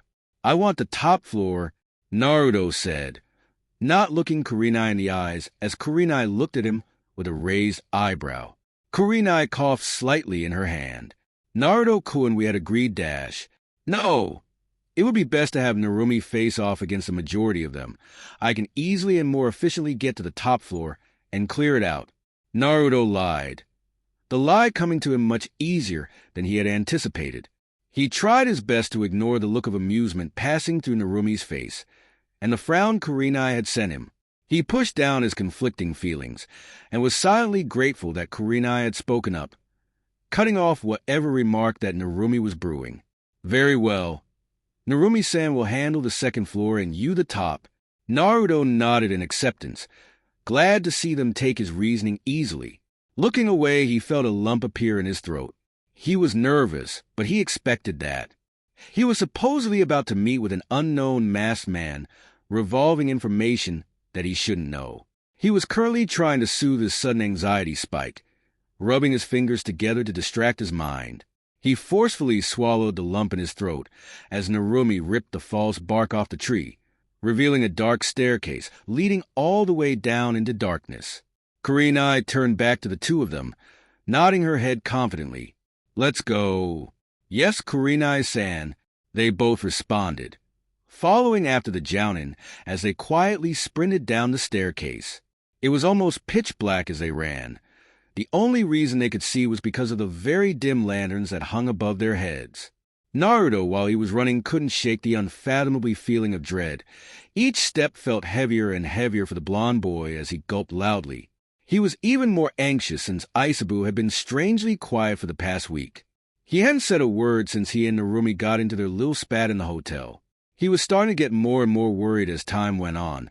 He let his mask drop for a second, and it was just enough time for Narumi to notice. They reached the button of the staircase, light shining through as they walked through a doorless entry. They walked into a large, dull gray room. The walls were completely barren of any sign of life living here, as several large cages lined the backing wall. Directly to their left was a staircase leading upwards, as a lone door stayed closed right next to the stairs. The sounds of chains reached the Konoha shinobi ears as Kurenai looked forward, her eyes glinting dangerously at what she saw disgusted her. "Naruto-kun, Narumi-san, get to your assigned floors. I can handle this." Naruto nodded quickly and sprinted up the staircase next to them. He didn't want to waste any time. His body felt like it was on fire from nerves. Narumi nodded, a bit of a scowl on her face as she watched her brother leave. Taking a step forward, she hesitated for a moment. Looking back at Kurenai, she pointed her thumb over to her left, dragging Kurenai's attention to the closed door. "I sense a person in that room. They don't seem to have noticed us yet. But they definitely aren't a bandit. It's a shinobi. Kurenai nodded her head at Narumi, a grateful smile sneaking away into the Jounin's lips. Internally wishing Narumi could stay act like this majority of the time, Narumi, upon seeing Kurenai's reassuring nod, quickly climbed the staircase, leaving Kurenai alone. The Jounin turned back around to the large cages in the room. The sounds of chains rattling again reached her ears as she ran to the cages. A lone voice this time reached out to her. It was tired, but a tinge of hope was traced in each word. "Why you? Help us, please." Kurenai scowled as she laid her eyes upon a dozen, no, almost 3 dozen young girls chained up by their wrists dangling from the ceiling. Each girl's eyes seemed dead as Kurenai arrived, already having given up hope at not being rescued. She quietly shushed the girl who spoke as she examined the cages, gripping one of the bars in his hand. "These bars are weak. It almost feels like tin," she mused to herself. Looking back at the girls, she mouthed for them to be quiet. They all silently obeyed as Kurenai formed a one-handed seal. Channeling fire chakra into her hand that grasped the cage's bar, the metal had started to glow a bright orange color. The girls watched in silent awe as it shined in the dark room as Kurenai, with the back of her hand, slapped the bar away, the heated piece breaking away. She did that several more times as a nice human-sized hole was not broken into the cages. "Shadow clone jutsu," she said, forming the two-handed seal as 3 identical clones of herself poofed into place next to her. Looking to the clone in the middle, she ushered them to the chained-up woman. "Break those chains around them and escort them all back to Roka. It shouldn't be a long trip," she ordered. The 3 clones saluted before they all went to work breaking the chains around the girls. Most of them couldn't contain their excitement as happy sobs escaped their mouths. They all thanked Kurenai profusely, thanking the gods that she had come to rescue them. "Hey, what's going on out there?" The door from earlier suddenly bursted open, breaking it off the hinges as a tall man stepped into the room.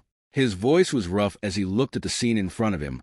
All the girls they had to capture were currently being escorted up the stairs and out of his base. What Kurenai first noticed was the man's stature. He stood well over 6 feet with an intimidating set of dark black eyes. He had a crossed-out Wabikure headband tied securely around his forehead. Then her eyes caught his dark blue navy Chunin jacket from his village, still in pristine condition. He had a tattoo of a dragon going up his neck, ending just below his left eye. It looked like his eye was going to get devoured by the ink beast. She didn't recognize the man. Perhaps he was quite new to the life of a missing nin and wasn't yet included in the last issue of the bingo book. He waited until the last girl was escorted out of the room before he spoke, his voice deeper than she was anticipating. "You're Kurenai Yuhi, right? Sorry if I mispronounced it. I'm not very good at names." Kurenai watched as the man gave a bored expression, raising his hands to scratch his cheek. The armor on his gloved hand rattled and gave off an unpleasant sound as he did so. Kurenai felt her eyebrow raise as she looked at the man. He seemed to enter into a relaxed stance as he shoved his free hand into his pocket. She kept her guard up, but was shocked to see that he gave little to no attention to the girls fleeing the room. She had casted a genjutsu over the room to make it appear that the girls were still leaving, but in reality they had all left before he had even walked out. Kurenai was hoping that he would make an attempt at stopping her from rescuing them, but he didn't seem to care. So she quickly dropped the genjutsu without him realizing, already preparing a new one before he had spoken her name, which he definitely did mispronounce. Kurenai stayed silent, refusing to respond as she watched him with interest as she kept her guard up. The man frowned, running a hand through his matching black hair as he pouted. "First you don't even ask for my name, then you ignore me? This is the worst day ever," he mumbled to himself. It was enough to make Kurenai falter slightly at his childish remark, blinking in surprise until she realized that he had completely vanished from her sight. Before she had time to react, she felt something sharp go through her stomach. The man smirked victoriously as he dug his kunai into her deeper. "Sorry about that, Yusen. It seems you lost your focus," he said, shocked to see the woman he had just stabbed suddenly poof into a cloud of smoke. He felt something sharp gaze up against his neck as red, piercing eyes looked at him with unamusement. "Don't underestimate me." "Oh, and you really are pronouncing it wrong," she said before attempting to slice the man's neck open. She hesitated for a moment, her eyes going wide in shock before she stopped her attack and pushed the man's body away forcefully. As she did so, she jumped to her right, sending a sweep kick in her direction. The man's body suddenly materialized out of nowhere as he jumped over her leg. While in the air, he grinned back at her. He seemed to float in the air as he punched Kurenai's face, his eyes lighting up as she caught his fist. "It seems you're not the only genjutsu master around here," he said before his body vanished again, reappearing in his original spot in the room with his arms crossed over his chest. Kurenai looked back over at him, clearly unamused at her antics. While unamused, she couldn't stop the tinge of excitement within her as she looked back at the man she was fighting. It had been years since she had fought one-on-one with another genjutsu user. No wonder you weren't shocked at seeing all the women get away. You were already unaware that they were all gone. He just shrugged his shoulders in response. "What can I say? I ain't a master for nothing." Like before, the second Kurenai blinked, he was gone from her field of view. She scowled. He was pretty quick at performing genjutsu, almost as fast as her. Kagami. Remember the name? Kurenai had to stop from following her eyes. How corny. Jumping up into the air, she performed several hand seals before taking in a deep breath. Fire style. Fireball jutsu. A large plum of fire erupted from her mouth as the fireball surrounded onto the basement floor. The now identified Kagami materialized out of nowhere again as he was forced to dodge the attack. Kurenai, using her momentum to send herself upwards, stuck her chakra-coated feet to the ceiling. Looking down, she noticed Kagami's confident expression fade away as a look of panic crossed over his features. She sweat dropped as she watched the man look around for her frantically. She just couldn't believe what was happening. She knew just from looking at him that he was a great genjutsu user, but it seemed he was only good at genjutsu. Most shinobi who specialize in a single art usually continue to train in other areas. Unless you were a special case like Mike Guy, who couldn't use ninjutsu and had to rely on taijutsu alone. As her thoughts wandered, she felt a light bulb go off in her head. "Hey, where the heck did you go, HHHH?" Kagami yelled as he ducked down, avoiding a kick that was aiming to take his head off. Looking back, his eyes widened as he met face to face with a brutally injured Kurenai. She was plunged head to toe in kunai as she coughed out clumps of blood. Her emotionless eyes shined with hope as she reached a shaky hand forward, trying desperately to grab onto Kagami. "Kai!" The wounded Kurenai suddenly vanished as Kagami forcefully disrupted the genjutsu. He felt a force smack his knees as he fell to the ground. Before he could turn around and look, he felt a hand grab his head and smack it against the floor. Kagami gave a cry of pain, feeling his jaw move out of place. Kurenai held the man's head down as her shadow clone pinned his legs. "Well, Kagami-san, it seems you have lost." Kagami shook in her grasp as he spat out a clump of dirt from his mouth. Tears started to form in the corner of his eyes, seeing the man look so weak. Kurenai had almost believed this was a genjutsu. "It's not fair. I try so hard and I just can't get anywhere." Kurenai blinked in surprise at the man's sudden cry. This time she actually tried to disperse and see if this was in fact a genjutsu. Once she came to the realization that this was real, she almost started to feel bad for the man. She sighed as she loosened her grip on his hair, allowing him to move his head freely as he looked at her in surprise. "Look, Kagami-san, you are a gifted genjutsu user, but you cannot rely solely on the art. All it took was one fireball jutsu, and your whole plan unraveled completely," Kurenai offered, trying her best to not sound condescending as Kagami blinked again, sniffling, trying his best to not sob out. But I can't use any ninjutsu. I was born without a chakra affinity, so I can't. Genjutsu is all I have." He couldn't hold back the sob that escaped his throat as he told the woman his biggest secret. "Uchiha?" Kurenai sighed as she let go of Kagami. Standing up, she offered the man a hand. Kagami looked at her suspiciously at first before taking it with hesitancy. He easily towered over her as he stood tall, rubbing his hurt jaw as he tried to hide the tears that fell down his cheek. Kurenai stood in silence at the man in front of her.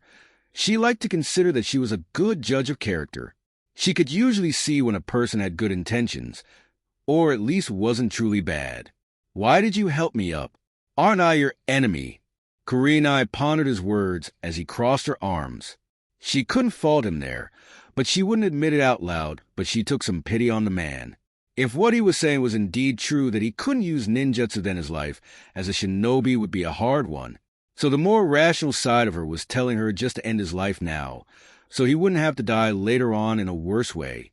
But the rest of her, or more especially, the genjutsu master side of her, was slowly starting to overtake her. So in the end, she sighed deeply. "Look, Kagami-san," she said, gaining his attention almost immediately. "Let's strike a deal. You tell me everything you know about this place, your leader, and why you were kidnapping these girls. And in exchange, I will give you some tips on improving your genjutsu." Kagami didn't react for a few moments, seemingly frozen in place as he looked down at Kurenai. He felt his heart start to flutter widely as the largest smile Kurenai had even seen threatened to split open his face. He fell to his knees, his tears long forgotten, as he bowed to Kurenai. "Why, yes, Kurenai Sesnai." Meanwhile, with Naruto, each step Naruto took was progressively harder than the last. He doesn't remember the last time he had ever been this nervous before. He didn't know how long he had been climbing up these stairs, but it had to be a while since he had left both Kurenai and Narumi on the bottom floor. He had no idea what to expect. For the past few days, he just couldn't get the masked man's words out of his head. He had no idea how much this man would know anything, or even how he would possibly know to begin with. It was enough for Naruto's blood to run cold at the very thought. He was nervous, he was scared. Damn, he hadn't felt this much in a long time. His thoughts seemed to freeze as the end of the staircase came into sight. His heart stopped for the briefest of moments, looking up into the dimly lit room with a sense of apprehension. He forced a lump in his throat back down as he took a hesitant step into the room. The room was pretty empty. There were several boxes stacked on top of one another, lining the walls, leaving a vast amount of open space in the center. The walls were completely barren, aside for a small window looking out into the frozen lake. The room wasn't very bright, but it wasn't completely dark either. His eyes adjusted quickly to the room, scanning around to see if the man who told him to come had arrived. He felt somewhat guilty leaving his team to do the fighting. He felt like he wasn't much help on this mission than he had originally wanted to be. But they wouldn't understand how important this was. Taking another step into the room, he froze when one of the boxes fell to the ground. Snapping his head in the direction of the box, he felt his face morph into confusion as the soft sound of feet ran over the concrete floor. He couldn't see who had run away, his eyes having trouble following the shadowy figure in the room. He jumped slightly as another box fell to the ground, this time opening up as dozens upon dozens of kunai fell onto the floor, clanking onto the ground. Looking in the other direction, he managed to catch a small glimpse of the intruder. A head of unruly brown hair caught his eye as the figure once again ran away. He managed to follow the figure as it trapped itself into one of the far corners of the room. Naruto was able to get a better look as he took another step forward. His face then morphed again into shock as he laid his eyes upon the mysterious figure. At first he had thought maybe it was the masked man who he had spoken to last just playing a trick on him, perhaps testing his abilities or something. But he couldn't have been more wrong. Naruto lowered his body a little, hunching down as the mysterious person backed themselves against the wall. Naruto put on his softest smile as he got closer, finally getting a good enough look, looking at the now-seen young girl. His blue eyes looked down in worry, as bright gold looked at him in fear. Hey, it's okay. You don't have to be scared." Naruto's voice tried its hardest to remain soft in fear of scaring the young girl away. He momentarily forgot why he had come up here, his thoughts now fully on the obvious terrified child. He repeated his previous statement as he tried to get closer. The girl only seemed to get more scared as her hands flew upwards to her head. Naruto watched as her eyes clenched shut as her hands desperately gripped his brown locks, a sudden tenseness overtaking the atmosphere. Stay away. She screamed loudly. Her young, shrill voice was loud as it bounced off the stone walls. Naruto winced at the girl's sheer volume, his ears barely picking up the sound of clicking that echoed just outside the girl's scream. His body tensed as the clicking sound only managed to get louder. Turning his head, his eyes went wide in fear as a large curved blade came rushing at him. He bent backwards as the sword flew just inches from his nose, and saw a few strands of his blonde hair get cut as he jumped away from the random attacker.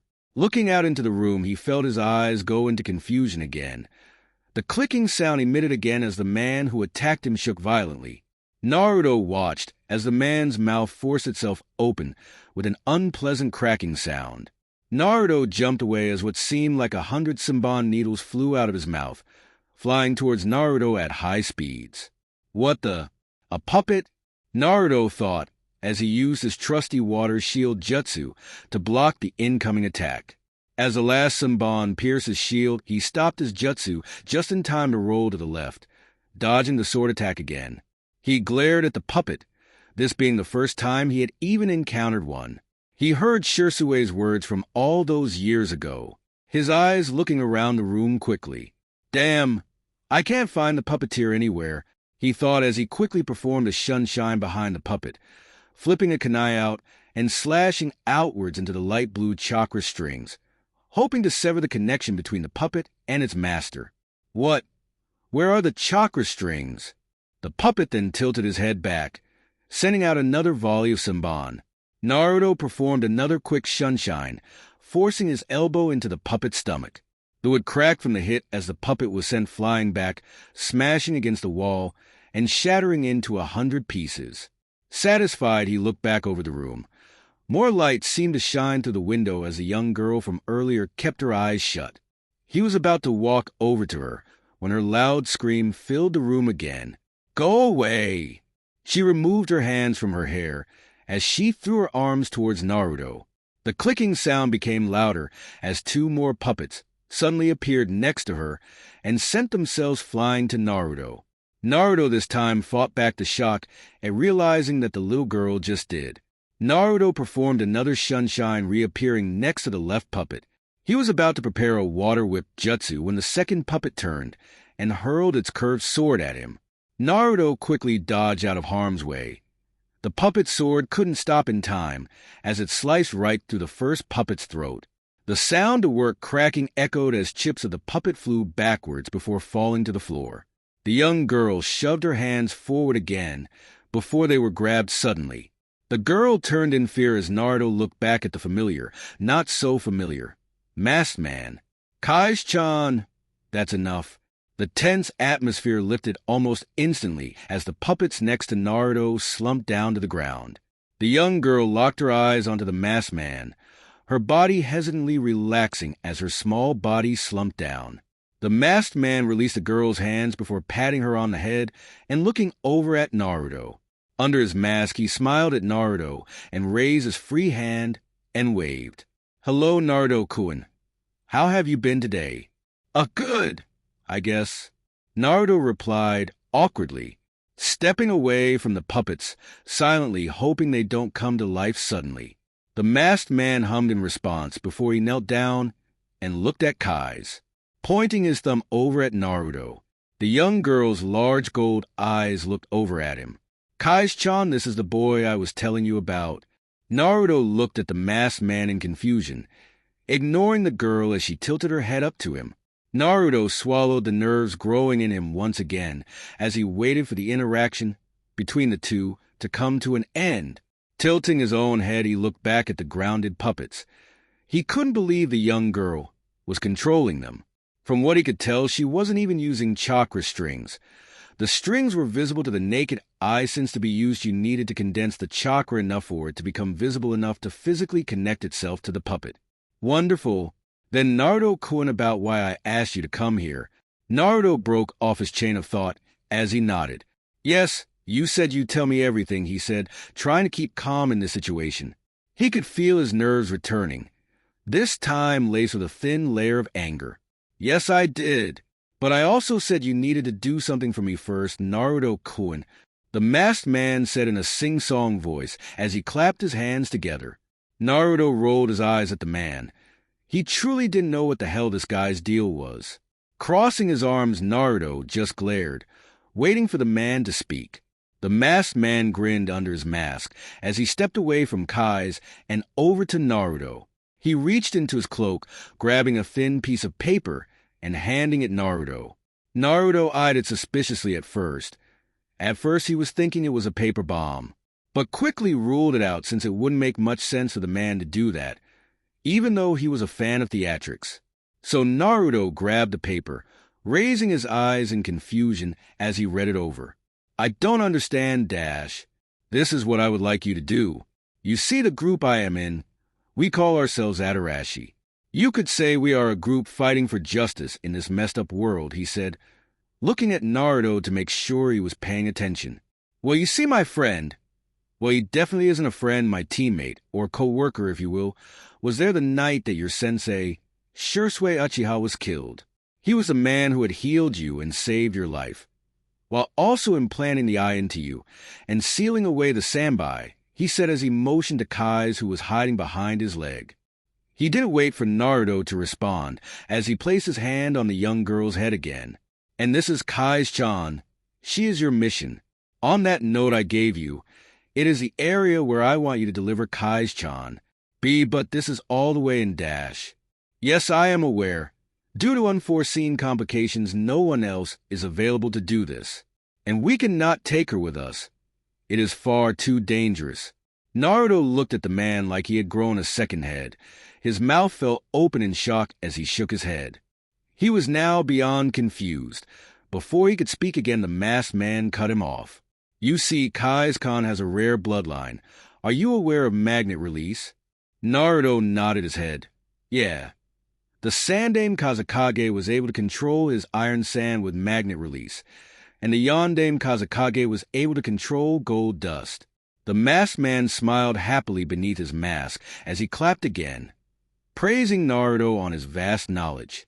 Naruto just rolled his eyes again, asking why he had brought up the bloodline anyway. The masked man nodded his head, silently glad that his mask was there to hide his sheepish expression. Yes, and while both the Sandaime and Yondaime Kazekage were both very skilled in their bloodline, Kai's-chan here dwarfs them both in comparison. Her magnet release is much more dangerous and refined. Were you shocked to see that the puppets you had just fought had no chakra strings? Yes, I was surprised. I didn't know it was possible. Usually it isn't, but because of Kai's-chan's magnet release, she is able to control the metallic weaponry and joints in puppets without the use of chakra strings. It's almost second-hand nature for her. Although she is inexperienced, she can be quite deadly, he said, making Kai's hide further behind his legs. Naruto looked at the girl rather surprised. For someone so young, she didn't look to be any older than 8 years old, but she already seemed so strong. He looked back at the masked man, his eyes going deadly serious. You are aware what you're asking me to do, right? You're telling me to travel all the way to the land of lighting for a girl I had never met before. I am grateful for the information, but you still haven't told me who killed my sensei. The masked man didn't waver at the blonde's cold words. He had expected this after all, since what he was asking for seemed rather unorthodox. He frowned under his mask. Closing his eyes, he took in a deep breath of air. I am very much aware, not only would you be betraying your village, you would be betraying all your comrades. I am simply asking you to become a missing nin to fulfill our group's request and deliver Kai's-chan to safety. She is very important, he said, making Naruto glare even harder. The masked man took a step forward, his body towering over Naruto's as his voice deepened considerably. Naruto had to stop himself from falling over the mass amount of pressure the man was emitting. When you get to your destination, you will meet one of our very own spies. He is the one who knows who killed your sensei. Once you get there, you'll get all the information you need. Naruto growled at the man, his fist tightening as he activated his Sharingan. The man remained unfazed as Naruto grabbed his cloak. He ignored Kai's yelp of fear as Naruto pulled him down to his level. You're just making me your fucking errand boy. You are asking for a lot here, And how do I even know you guys actually know who killed Shisui Nizan? This all just sounds like bullshit. The masked man nodded. Using speed Naruto couldn't follow, he pushed the blonde away with one hand. Naruto stumbled backwards as a kunai grazed over his neck. The man's voice was emotionless as he spoke. Everything I have told you has been the truth, down to the last detail. I put my life on it, but there is too much at risk here. So please choose. If you accept, then you will deliver Kai's-chan to the land of lighting, become a missing nin, and know everything you want to. And if you refuse, the whole world will know everything about you, and your precious Kurenai Yuhi will die. Naruto for a moment thought his heartbeat had just stopped forever. His eyes went wide in fear at the man's words. The lump from earlier formed back in Naruto's throat. Just the mere thought of Kurenai, the person he cared for the most. The thought of losing her hurt more than anything else. Any rebuttal Naruto had thought of suddenly died, too shaken up by the idea that the man would actually go through with his threat. Time seemed to slow down as Naruto stayed silent, frozen in place as his hair fell forwards, shadowing his eyes from view completely. His mind began to race. He was backed into a corner and he knew it. The threat was a solid one. It had scared Naruto more than anything else, scared him more than the moment he jumped in front of the kunia for Shisui. But the man seemed serious. If he declined right now, there was no telling that the man would instantly vanish and go after Kurenai. Naruto knew Kurenai was strong, but this man seemed to be on a whole different level completely. He clenched his fist as he glanced over to the terrified girl sitting on the floor. Naruto responded hoarsely, like it was the first time he had spoken in his life. I accept. Meet us at the Roka town entrance. We will be waiting there. See you soon, Naruto-kun. In the next second, the man and Kai's were both gone from sight. Naruto stood frozen in place. His eyes still showed over. The words of acceptance had come out of his mouth almost subconsciously. He hadn't even been aware he had spoken until the man responded in kind. It was wrong. He knew it was the wrong thing to do. But Naruto knew no other way out of the situation. The masked man had backed him into a corner he knew he was unbeatable in. But what could he have done? Kurenai was too precious to Naruto. She didn't know how much she meant to him. It's all right, Naruto. Naruto internally nodded at the bijou, a small sense of relief entering him as he heard the voice he was beginning to miss. It offered him some much-needed comfort. Then suddenly the loud sound of footsteps made its way to Naruto's ears. Naruto made no motion to react as the steps started to increase in volume. Stalking their way closer to Naruto, each step sent small tremors through the blonde as he looked up. His blue eyes back to normal as he looked into the emotionless purple staring back. Neither said a word for a while, basking in the room's eerily quiet atmosphere with a strange sense of sadness. If anyone were to walk in, they would no doubt suffocate from the overwhelming amount of pressure that flowed through the room. It was different from any time Naruto had ever been with his family. Those moments were always tense for him, and it was definitely different than the brawl he had with Narumi in the hotel hallway. No! This was entirely different. How much did you hear, Narumi? Just the ending. Naruto and I. Narumi's voice matched Naruto's. Both were dull, void of any emotion. Naruto slowly nodded his head, turning around so his back was facing his sister. He took one step forward before her hand reached out and gripped his shoulder tightly. The room grew darker as Narumi's piercing blue eyes drilled a hole into the back of Naruto's head. You are aware that I can't let you do this. It is my duty as a shinobi of Konohagakure and as your sister that you are not to abandon the village or your family. Naruto gave a dry chuckle as he pushed Narumi's hand off of his shoulder, tilting his head as he gave the darkest stare he could muster up in his current state. He raised both his arms, pointing at the both of them. We haven't been a family in years, Narumi. Get with the times. And there is no changing that. Naruto retorted, unsure if the hurt look in his sister's eyes was real or not. But just as fast as it came, it vanished. She forcefully grabbed Naruto's wrist before pulling him closer to her.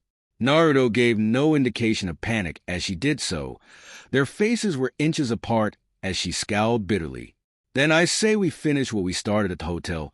Don't you agree? Naruto returned her scowl as he kicked Narumi in the stomach. She seemed unfazed by the attack as she skidded backwards. Yes, let me ask you something, Narumi.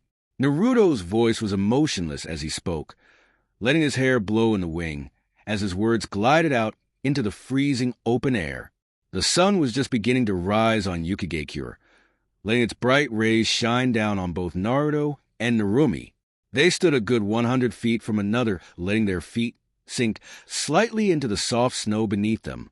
After Narumi had confronted Naruto, they had both agreed that fighting indoors would only cause more panic to ensue. The only reason Naruto had agreed was to make sure Kurenai wouldn't be aware of their fight. So after a quick sunshine, they were both outside, basking in the sun's rays. They stood in silence for a few minutes, Naruto's question going unanswered as Narumi felt her fist clench.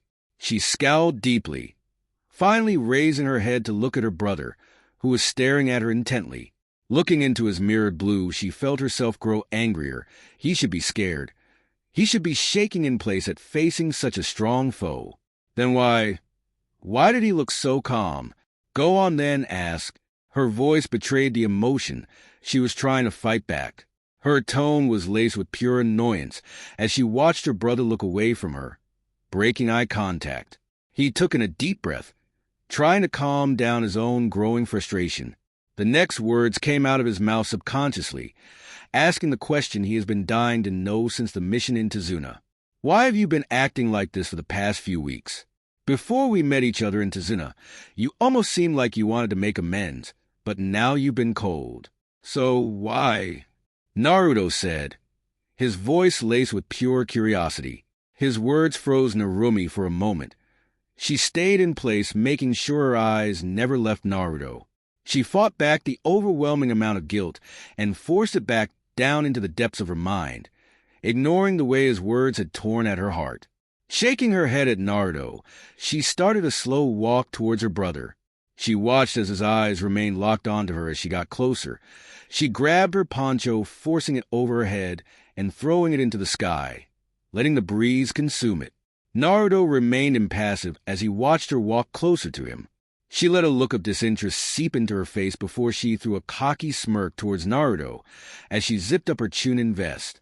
Just like you told me before, it doesn't make a difference. His stoic expression did not falter as Narumi stopped in front of him. I think my question would be, do you have to betray the village, our very own family, to get what you want? Naruto scowled at her words, his eyes flashing dangerously as he flared his chakra intensely. He sent a punch to her face, letting her question go unanswered as she smirked at him again, bringing her forearm up, blocking the punch. Without hesitating, Naruto sent another punch her way, sticking to the same side, so she couldn't block using her other arm. Narumi moved faster, however, as she brought her elbow down. Her arm twisting in above his own, sent a punch to his face. Naruto ducked, flipping a kunai upwards and slashing towards Narumi. She reacted fast enough, flipping a kunai from her porch, intercepting his head-on. Narumi scowled at her brother, both putting an equal amount of force respectively behind their blade. How rude of you, to not even answer your dear sister's question, she growled out as she applied more pressure to her blade. Naruto groaned in dismay, trying his best to overpower Narumi. Sadly for him, his sister managed to match his power perfectly. Naruto grunted loudly as he felt his feet sink further into the snow. Narumi quickly overpowered him, forcing Naruto to break his grip on his kunai as he fell to the floor.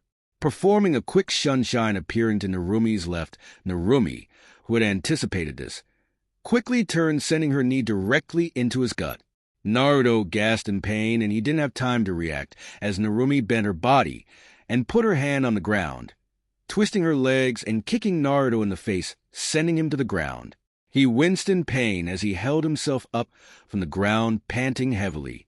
I told you, Naruto and I, you are betraying us, she said, looking down on him with an odd sense of relief and pity. Naruto chuckled quietly to himself. His chuckle soon evolved into loud laughter. Narumi looked at him with a small amount of shock, allowing him to get to his feet. Time seemed to slow down for Narumi as she watched Naruto slowly look over at her, her eyes going wide with shock as she looked into his new golden right eye. Her stomach dropped several stories in her chest as her head throbbed painfully. The demon inside of her slammed his large body against his cage. The fox was screaming, flailing his large 9 tails crazily. "That's Isabu! What the fuck is he doing in there?" Narumi didn't have time to ask the fox what he was talking about as Naruto sent a smirk her way. His laughter died as he looked at the shocked expression on Narumi's face. He could slowly feel Isabu's effect start to take over as he brought his free hand out, letting it hover over the white substance. "Don't act so cocky, Narumi, after all. We're in the perfect area to fight in." "Well, at least for me," he said, his golden eye glowing as he formed a single-hand seal with his free hand. Water style, water dragon jutsu. The snow next to him looked like it suddenly evaporated, sucking the moisture out of the snow as 3 large water dragons formed next to the blonde. Naruto swung his arm forward, commanding the beasts of water, and sent them flying over to Narumi. Narumi felt her eyes widen slightly once again, not having enough time to dwell on what the Kyuubi said within her. She rolled to the side, narrowly avoiding the dragons as they crashed into the snow-covered floor, exploding on impact and sending a giant plum of water into the field, obscuring Narumi's vision. Narumi's ears twitched, hearing a sudden splash to her left. Narumi turned her body, waiting to counterattack only to see a kunai soar past her, not seeing Naruto jump through the water, sending a punch to her face from her opposing side. He made contact with her face, making Narumi's head fly back. She reacted almost instantly, her head snapping back right away, forcing through the pain and quickly place her palm on Naruto's chest. Naruto experienced the same jutsu she had used in the hotel. He felt his body get blown backwards from the incredible gust of wind as he landed on his feet, barely having time to see Narumi fly through hand seals. Wind style, great breakthrough. Naruto watched the blades of wind fly towards him. He did his own set of seals before slamming his palms into the freezing snow. Water style, water wall jutsu. The water got sucked out of the snow once again, as a large wall made of pure water formed from the ground, shielding him from the wind attack. Sadly, his defensive jutsu didn't seem to be strong enough, as the wind cut right through the water wall and struck Naruto directly in the chest. Naruto's body erupted in pain as he was sent flying back, bouncing on the ground several times. He didn't have time to react, as Narumi sent a swift kick into his stomach. Naruto yelped in pain as he felt his body slide backwards again, this time stopping as a clone of Narumi caught him, forcing him into a chokehold. Narumi looked over at her brother, her face scrunching in annoyance as she formed a single-handed seal again. "Kai!" she yelled as the scene in front of her suddenly vanished without a trace. She turned around to see a heavy-breathing Naruto, his arm wrapped around his stomach. She traced her eyes down to his stomach, feeling a weird emotion as she saw blood leak from his wound. "Give it up, Naruto and I. You can't keep up with me. I'll admit you are strong, but you're nowhere near my level." Naruto cringed at her harsh tone, clenching his fists in anger as his golden eyes seemed to burn brighter. He ignored the screaming words of Isabu in the back of his head, telling Naruto to calm down and take it easy, to not let the anger overtake him once again, telling him that Narumi should have been told by Kyuubi that he was carrying the sanbai. He didn't find it in himself to care at the moment, pushing the demon's words away as he shut his left eye, his face conforming into a deep scowl. "Fine, you want to fight? You got one," he yelled, opening his left eye. Narumi felt her blood run cold as Naruto charged at her. She could barely comprehend if what she was seeing was real or not. Too shocked to react, she didn't have enough time to block the fist Naruto had sent her way. It impacted against her cheek and sent her falling to the ground. Before she had even realized what was happening, Naruto sent a downward fist plummeting her into the ground. Her back made a small crater in the floor. She spat up some blood and wheezed loudly.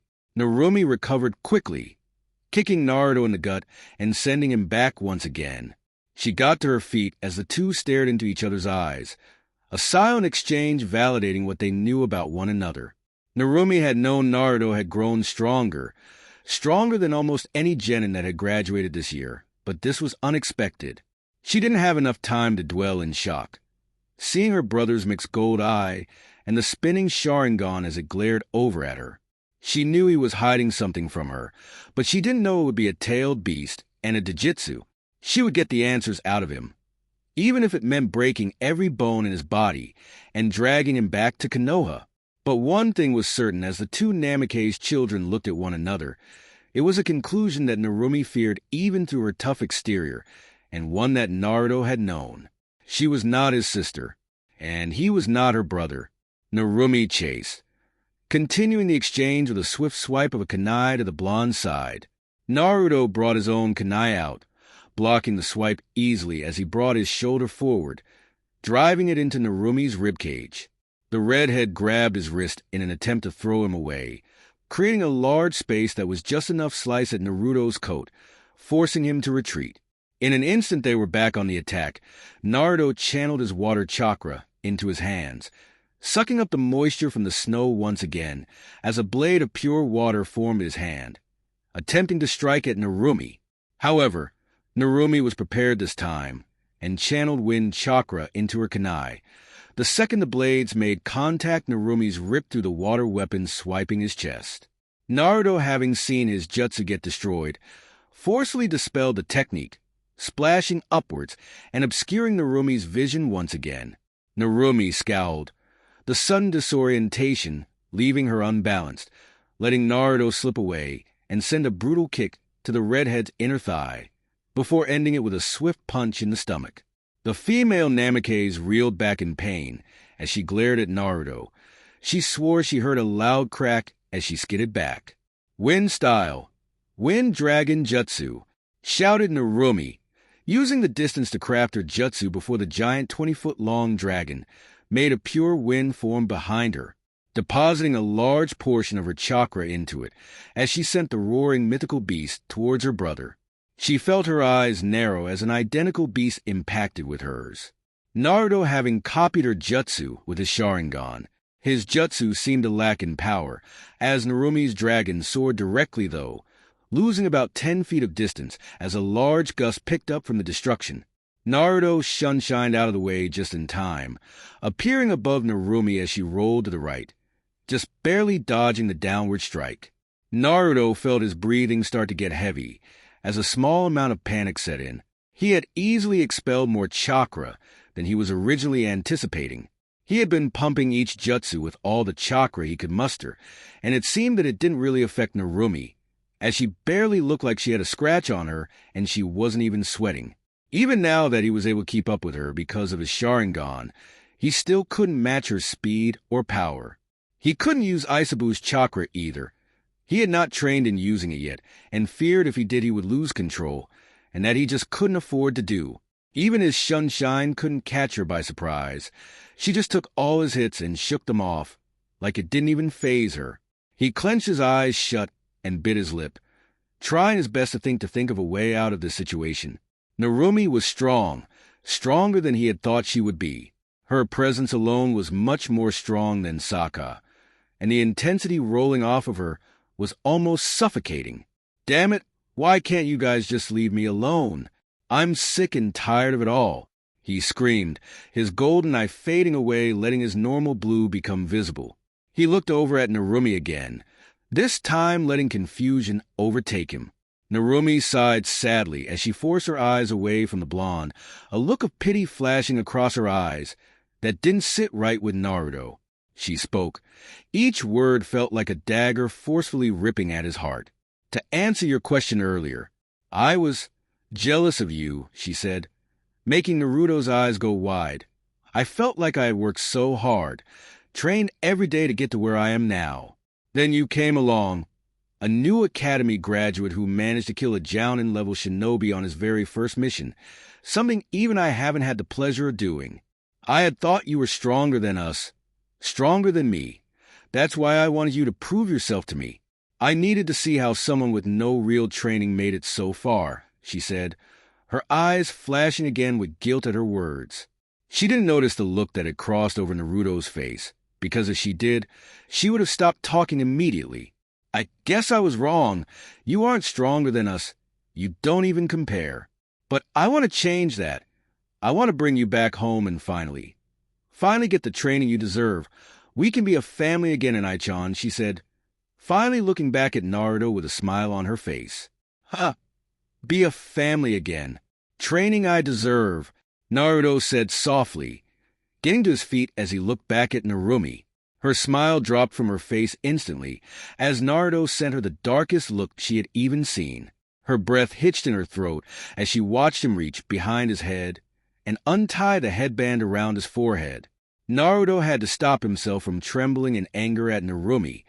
Not only did she disrespect his strength, she once again treated him like he was weak, like he was nothing without his family. Naruto felt pure animosity burn in his body as the wounds on his stomach instantly healed. He flipped the kunai out from his pouch and snarled at Narumi. I don't need your pity. I don't need your help. I had the perfect sensei anyone could have asked for. Shinsen was the only family I needed. You guys, he stated, swiping the kunai over his Konoha headband, putting a perfect vertical slash over the village symbol. Narumi had to fight back a gasp as she watching as Naruto tied the headband back over his forehead. Are nothing but strangers to me, he finished darkly, his Sharingan changing shape and taking the form of stretched-out windmill shuriken. Naruto didn't give a moment to spare as he charged, his speed much faster than before as he continued to swing his kunai. Narumi blocked the vertical swipe with her own blade, this time sneering at the pressure her brother was putting behind it. She watched as he spun around her, launching towards her again as he formed a single-handed seal. Blood style, red missile, he said, making Narumi's eyes bug out of her skull as the blood from his torso suddenly formed a small-looking spear and took off in her direction. She tilted her head, barely avoiding the attack as Naruto shined away. She felt his kunai swipe against her left side, and she winced in pain, turning to her left, forcing Naruto's assault to stop as he sent an identical blood jutsu her way. Rolling away from the attack, she didn't have time to see Naruto hot on her trail, his new Sharingan boring into her. Narumi screamed in annoyance. Using all the strength she could muster, watched as he descended upon her with his kunai in hand as it pierced through her shoulder. Blood leaked from what wound, but she didn't care. She didn't react to the pain as she reached up and gripped Naruto at the wrist. Naruto felt his bones start to crack from the amount of pressure Narumi was gripping with. Narumi snarled angrily, her own eyes turning red as a dark red chakra cloak started to bubble around her. Her QB cloak came to life as two identical chakra tails swung behind her. Naruto gasped as he watched his sister two tails wrap themselves around his dangling legs. They gripped on tight and swung Naruto over her head, crashing him down into the ground below. Narumi grinned, flashing her enlarged canines as Naruto winced from the excruciating pain. He looked down at his wrist. No doubt it was broken. Naruto leapt backwards, forming a water whip jutsu that wrapped itself around Narumi's wrist. He attempted to pull her closer to her, but failed to realize that once it made contact with her chakra cloak, the water had already turned to steam from the Kyuubi's chakra. Narumi just grinned again, sending her clawed hand out as it extended several feet, trying to grab hold of Naruto.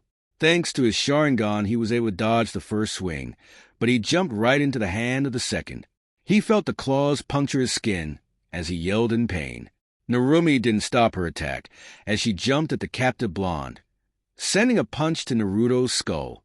Naruto spat out blood as he felt his body fly out and land painfully on his back. He wheezed loudly as he felt his arms get pinned above his head, forcing his eyes to look up to see the intimidating form of Narumi as she sat on his bleeding torso, her tails holding his legs down while her hands held his arms. Naruto could barely keep his Sharingan open as the pain in his head was almost unbearable. Narumi lost her grin as she looked down at Naruto. Pity etched into her face. She hated the fact that she had to use the Kyuubi's chakra, but he needed to learn his lesson, to know when he's losing a fight he cannot win. Give up, Tenai-chan, let's go home together. Naruto glared with all the strength he had left. He still had chakra in his system. He would still win, he had to. Narumi was too engrossed with her supposed victory to see both of Naruto's hands form a small seal. PWhat style, red spiral. Narumi felt her eyes go wide as a medium-sized spiral blade formed on the blonde's chest. Narumi was forced to let go of the blonde and jump away. She didn't have time to avoid the attack as the blood blade pierced through her cloak and into her shoulder once again. She yelled in pain as her right arm went limp beside her. She growled in pain as Naruto got to his feet. She reached up, forcing the jutsu out of her shoulder as a large amount of blood spilled out of her wound. Naruto reached for the kunai that had fell from his hand. His breathing was erratic as the QB cloak around Narumi slowly seeped back into her, no doubt getting to work to try and fix her now broken arm. Naruto channeled all the chakra he had left. He had every intention to end this fight here and now. Isabu had seemingly gone quiet after he forcefully took his chakra back, trying his best to not make Naruto lose control. Naruto stared intently at Narumi, and she returned his gaze with just as much vigor. Naruto slowed his breathing down, forcing his body to become calm as a large trail of blood started to leak its way down his left eye. Infusing his chakra into the kunai, he sent the blade flying towards Narumi. Narumi scowled as she watched the Kwani get closer to her. The throw was pathetic. She had seen better academy students throw kunai with more precision than this. The kunai was about 6 feet from her, flying past her at an incredible speed. She almost wanted to laugh at the throw. How pathetic, she thought to herself, grinning as she tried to tear her eyes off the kunai and back at Naruto. That's when she realized she couldn't. Narumi felt a sudden sense of unease wash over her body, her eyes growing wide as they stayed locked into the flying weapon. No matter what, she just couldn't force her eyes away. Why? Why am I still looking at the kunai? She thought anxiously, not believing what was happening, and didn't have time to move as a sharp chakra-enhanced punch impacted her chin. She felt her teeth clamp together in pain, almost biting a portion of her tongue off as she was sent flying into the air, a huffing Naruto standing where she once was with his feet raised in the air. Narumi came crashing down onto her broken arm and cried out in pain once she made contact with the ground. She felt tears form in her eyes as she looked up, her vision blurry, but she could make out the wavering body of her brother standing over her, blood leaking from his now closed left eye as he looked down at her. She couldn't move her body. The QB's chakra was doing everything it could to heal her broken arm, and it left her other injured vulnerable since she had already lost a lot of blood. She felt her vision start to become hazy from the blood loss. Naruto Naiken. Please don't leave. WW can fix this.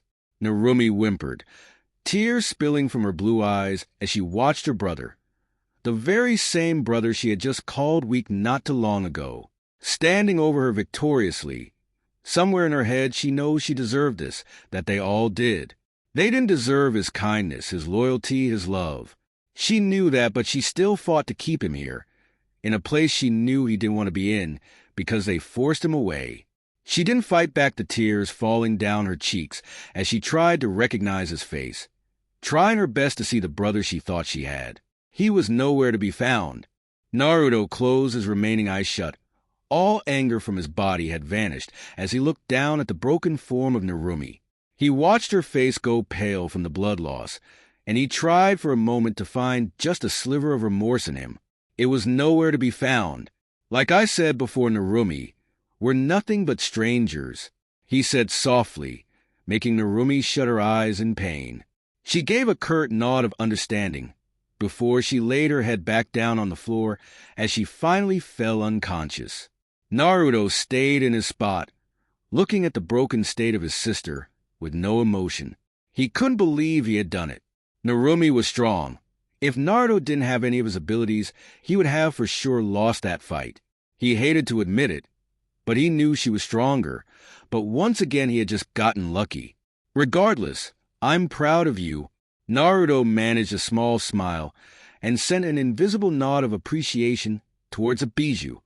He let himself have a moment to himself, letting out a sigh of relief as he held his broken wrist, trying his best to not wince from the pain. And Naruto felt his body freeze up again, the familiar voice reaching his ears. He didn't want to turn around. He didn't know if he could even look her in the eye. Thankfully, he didn't have to, as he felt the familiar body press up against him and give him a tight back hug. Kurenai fell to her knees to give the boy a hug. He could feel the soft drips of tears as they flowed out of her eyes and landed on his hair. I was so worried. I felt that awful QB chakra, and I couldn't find you anywhere, she said, her voice muffled as she spoke into his hair. Naruto felt his heart flutter once again as she spoke, but the feeling was soon plagued by guilt as he clenched his fists. He almost wished his adrenaline rush would die down, so he could pass out from exhaustion. He felt his own tears form in his eyes as he turned slowly to look at Kurenai, her big red eyes laced with worry as she held him tight. For a moment Naruto had almost forgotten that he had agreed to betray Konoha, that he was forced to in order to keep Kurenai safe. He felt his resolve start to waver as Kurenai's grip tightened around him. "I'm all right, Kurenai-chan." His voice squealed slightly as he said her name, guilt rising in him as he shakily grabbed Kurenai's hands and pushed them off his body. Kurenai looked stunned for a moment before Naruto turned around fully to face her. Kurenai had to fight back a gasp as her eyes looked at his disheveled appearance. His shirt was almost completely drenched in blood, and his hair was damp, falling into his eyes more so than it already did. But what caught her attention was the crossed-out Konoha headband around his forehead. "Kurenai-sensei, who's the boy?" Naruto and Kurenai jumped in surprise at the voice. Naruto looked at the tall man running to them in confusion. Kurenai didn't take her eyes off of Naruto as she waved her hand dismissively. "He's with us. Don't worry, Kagami-kun," she answered the tall man, never breaking her stare with Naruto. Naruto quickly shunned the guy as he looked at Kurenai.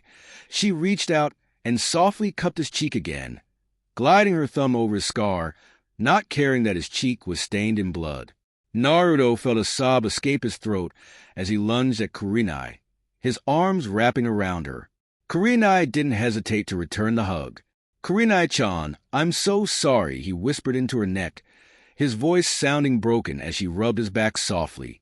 It was then that she noticed the bloody and unconscious body of Narumi Namikaze laying on the ground. She masked her shock. She somehow feared this would have happened. She raised her hand and ran her hands through his blonde hair. "For what, Naruto-kun?" This he said as he removed his head from her neck.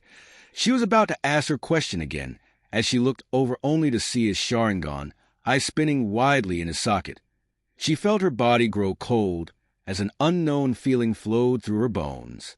Her eyes started to feel heavy as she felt her arms fall limp at her side. She tried to keep her eyes open, only to see the tear-stricken face of Naruto looking at her. And Naru, too. She managed to get out before she fell completely limp in his arms. He fought back his tears of betrayal as he grabbed her head before it could hit the floor. He gently laid her down on the soft snow, letting his gaze linger on her shocked, unconscious expression for just a moment longer, knowing that this is one of the last times he would see her in a very, very long time. "Hey, what did you do to Kurenai-sensei?" Naruto wiped his eyes with his arms, abolishing any evidence of crying as he turned and glared at the man, his Sharingan eyes staring deeply into the man's eyes, making him cower in fear. "Take care of these two. Kurenai-chan seems to trust you, so I will. Make sure nothing bad happens to them, understand?" Kagami nodded rapidly as he took a step away from the blonde. He couldn't look away. He felt like he was being forced to look into the boy's Sharingan. "Good, and the second I leave, you will forget that you saw my Sharingan, understood?" Naruto said, his eyes spinning widely again as the genjutsu just took effect on the man. Kagami felt his eyes glaze over as he nodded robotically, his face going void of any emotion. "Understood? I wondered if he died out there." The masked man mumbled to himself as he rubbed his chin in thought. It had been a little over an hour since he had left Naruto, and came to the entrance of Roku with Kai's.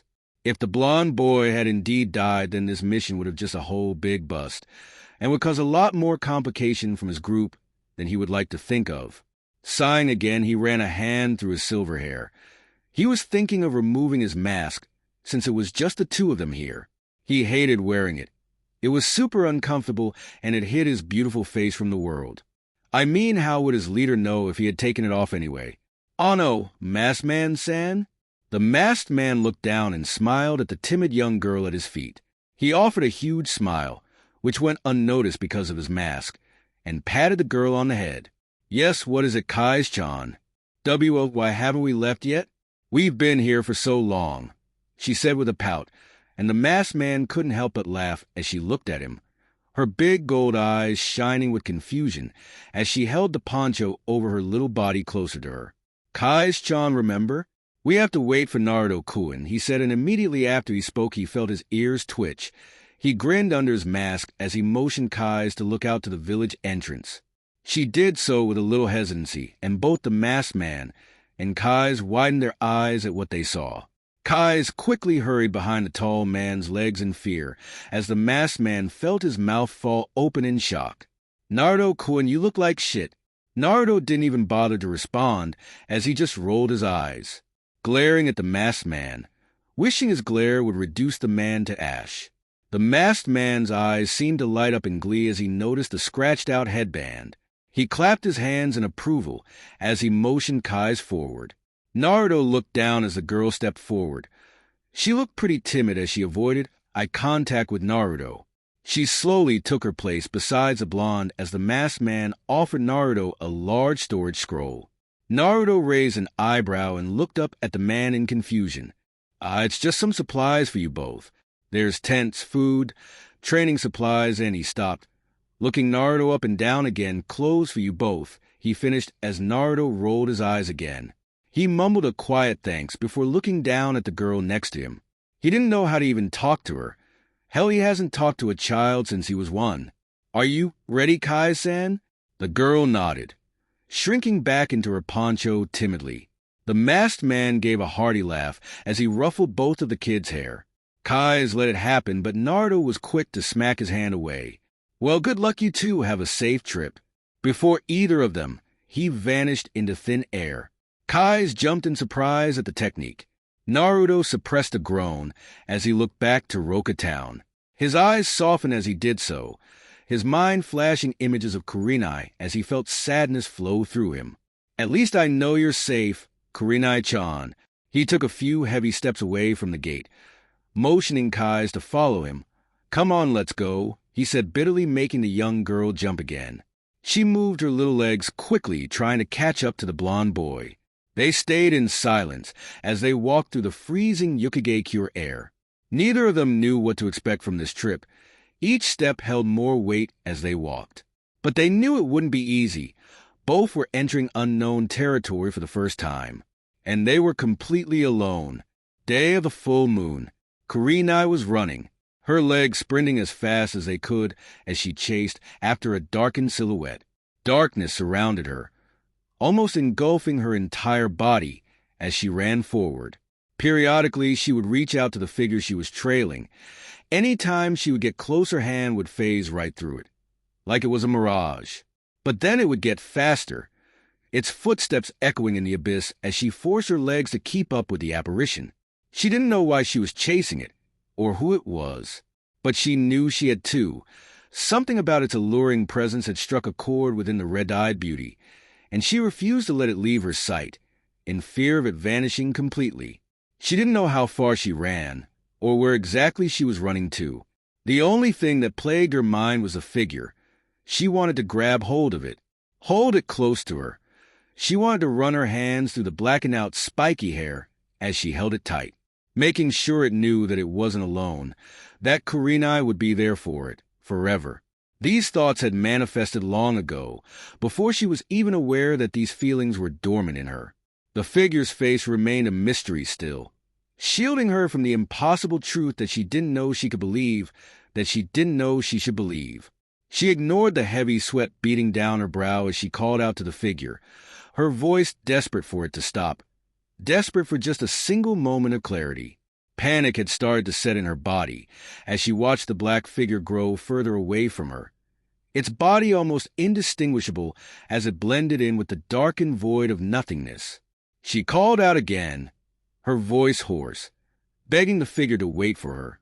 Tears erupted in her eyes as her arm reached out in hopelessness, agony pumping in her veins as she cried out. Suddenly, Kurenai watched as the figure stopped its run, turning around as two deep cerulean eyes looked back at her. Torment etched into those beautiful blue irises as tears streamed down the desolate face. Kurenai felt her heart dance in her chest, like a loud drum banging in her ribcage as her own tears cascaded down her cheeks. The closer she got, more of the previous vacant face she could see. Every little detail sent tremors up her spine. She forced her voice to speak, her voice laced with unsung desire as a certain name ripped itself free from her throat. Naruto-kun, Kurenai yelled as she gasped for air, her body springing up from her bed as she huffed loudly. She instinctively raised her hand to her face, the palms of her hands shielding her face, trying to get her surprisingly heavy breathing under control, her mind slowly piecing together all her thoughts. From Narumi's unconscious body, Naruto scratched headband and his spinning Sharingan as he looked at her. She felt her hands get wet as tears leaked from her red eyes as she forced them shut. She knew what it had meant, but she didn't want to believe it. She would have never thought Naruto would ever do something like this. It hurt. Her heart felt like it was on fire, burning her very skin to charcoal. She wanted to run after him, yell at him for doing this. She was angry. She felt betrayed. "I'm glad to see that you're finally awake." Kurenai snapped her head over as she heard a voice speak to her. Looking over, she laid her eyes upon the heavily bandaged Narumi Namikaze. She was sitting on the edge of a window, using her knee to hold her head up as she stared out the bedroom window looking up at the darkening sky above their heads. Narumi didn't turn to look at her. She instead continued to look outwards as she spoke. Kurenai stared at the redhead with a critical eye, her ruby orbs narrowing ever so slightly at the girl. She couldn't help but notice the weak look in her pensive stare, one she had never seen before the longer she stared at the heiress. Her lips were pursed in a thin line. Even her voice seemed to lack the vigor that it once held. Narumi ignored the Jounin's lingering gaze on her, leaning her head against the closed window with her eyes shut. "You've been out for about 10 days. We were beginning to get worried." Kurenai blinked in surprise at her words, tearing her eyes off of Narumi and looking down at the blanket over her. She clenched her hands around the fabric. "Regardless, do you know why Naruto-kun did this?" Kurenai asked, cutting to the chase as she kept her vision locked onto her hands. A tense silence rolled into the room, and Kurenai found herself getting irritated at the girl's secrecy. "I think you know exactly what happened. Don't beat around the bush here," Kurenai yelled, snapping her head back over to Narumi's direction. Kurenai scowled, finding herself growing more and more irritated at the girl's withdrawn attitude. Narumi covered up her frown with her arm, refusing to look in Kurenai's direction. Narumi gave a slow nod of her head, wishing she could be anywhere else but here. "Yes." "Then, care to explain?" Kurenai said irritably, digging her nails into the soft fabric beneath her fingers. Narumi sighed deeply. She was in no mood to talk about what happened. It was still very much fresh on her mind, and wanted to avoid the topic at all costs. Or at least wait until they get back to Konoha. Narumi turned her body towards Kurenai, and it was the first time the black-headed beauty noticed the cast over Narumi's arm. "When I found him, he was talking to a masked man, who I assume was their leader. I didn't hear the whole thing, just bits and pieces, but he said something about delivering someone named Kai's in exchange for information, but he would have to become a missing nin." Narumi looked down, still refusing to look into Kurenai's eyes. The red-iced Jounin felt her eyes sting. She just couldn't get the crying image of Naruto out of her face as he put her under with his dijitsu. It was haunting, something she wasn't sure she would ever forget.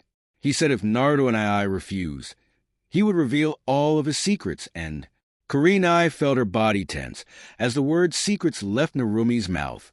She quickly masked her expression, thankful Narumi didn't seem to notice or mention it. There was a brief pause before Narumi continued. The redhead finally looked over at her, her blue eyes flashing with an unknown emotion as the two stared at one another. Narumi's voice wavered as she spoke. Her lips were chapped, her face still pale from her injuries. Kurenai slightly wondered if the QB inside of her was even healing her wounds. He said if Naruto and I didn't go, then you would have been killed. Kurenai's breath hitched as the words left the scarred lips of Narumi. She felt her blood run cold as the words marinated in her thoughts. Naruto abandoned the village, left everything behind for her sake. She felt the foreign feeling invade her chest again like it had in her dream, but this time it was much more prominent. The feeling struck at every vein in her body, forcing her to physically wince at the feeling. She fought back the uncontrollable anguish stinging in her eyes as she sat hunched over in her bed. Narumi watched the jounin for a few moments before hopping off the window sill and making her way to the front door. She silently grabbed the door handle before taking a single glance back at Kurenai. Her eyes remained emotionless, but there was a small spark of sadness reflecting in her orbs. It was obvious she was hurting, and she didn't know what Naruto and Kurenai's relationship was. She knew Naruto held Kurenai on a special pedestal than most people. She had overheard many conversations the two of them had during their trip, and even when she was working alongside Team 11. But watching the jounin shake slightly in her bed, she couldn't help but pity Kurenai slightly. Narumi held a great amount of empathy towards Kurenai at this moment. The redhead was still in fact blaming Naruto's defection on their own family. They refused to love him. They refused a family with Naruto. But watching Kurenai, who was more heartbroken at Naruto's defection than herself, it was yet another reminder that she never had Naruto as a brother. I'm going to check with Kagami-san to see if he needs help with anything. I'll just leave you alone for a bit. Narumi spoke softly, her eyes now shining with unconditional sadness as she left the room. The door slightly echoing in the quiet room as Narumi walked away. The soft tone of her voice did nothing to comfort Kurenai as she trembled in bed, leaving the jounin in a defeated state. I'm sorry. Naruto and Kai's walked side by side as they passed through the evergreen forest of Takigakure. Once the two of them finally left Roka Town, the boatman was kind enough to take them closer to Lightning Country and drop them off at a port just a few days out from the waterfall village. They had little to no trouble passing into the border of Taki. Naruto had used a genjutsu to cover up his slashed-out headband, so people wouldn't get suspicious of him. It seemed to work better than he was hoping it would.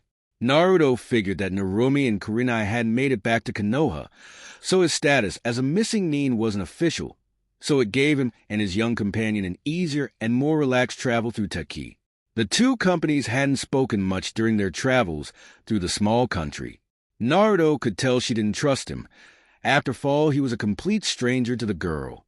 Kai's jumped in fear whenever there was a semi-loud noise off in the distance, and would blindly look down and cower behind the blonde. He slightly wondered what had happened to Kai's for her to be so jumpy. The mystery was still at large since Naruto, by any means, didn't feel like asking. They were both keeping each other at a distance. When she was scared, she would hide behind Naruto, but other than that, they were always a good distance away from one another, basking in the uncomfortable, awkward silence. She listened to his instructions well, and was a big help for setting up camp. She would listen without barking back, and was always quick to finish her job, something Naruto actually was impressed at. Again, his mind wandered on why such a young girl was so good at setting up camp. The trek through Takigakure lasted only about 4 days. They took no time to marvel at the country's beautiful and exotic waterfalls, and they just coasted right by, much to Kai's dismay. Luckily, they didn't find any trouble on their journey. Most people who say stumbled across didn't even spare them a second glance. Taki was more peaceful than he thought. They didn't run into a single shinobi or bandit once. Their journey was slow, much slower than Naruto had originally expected it to be.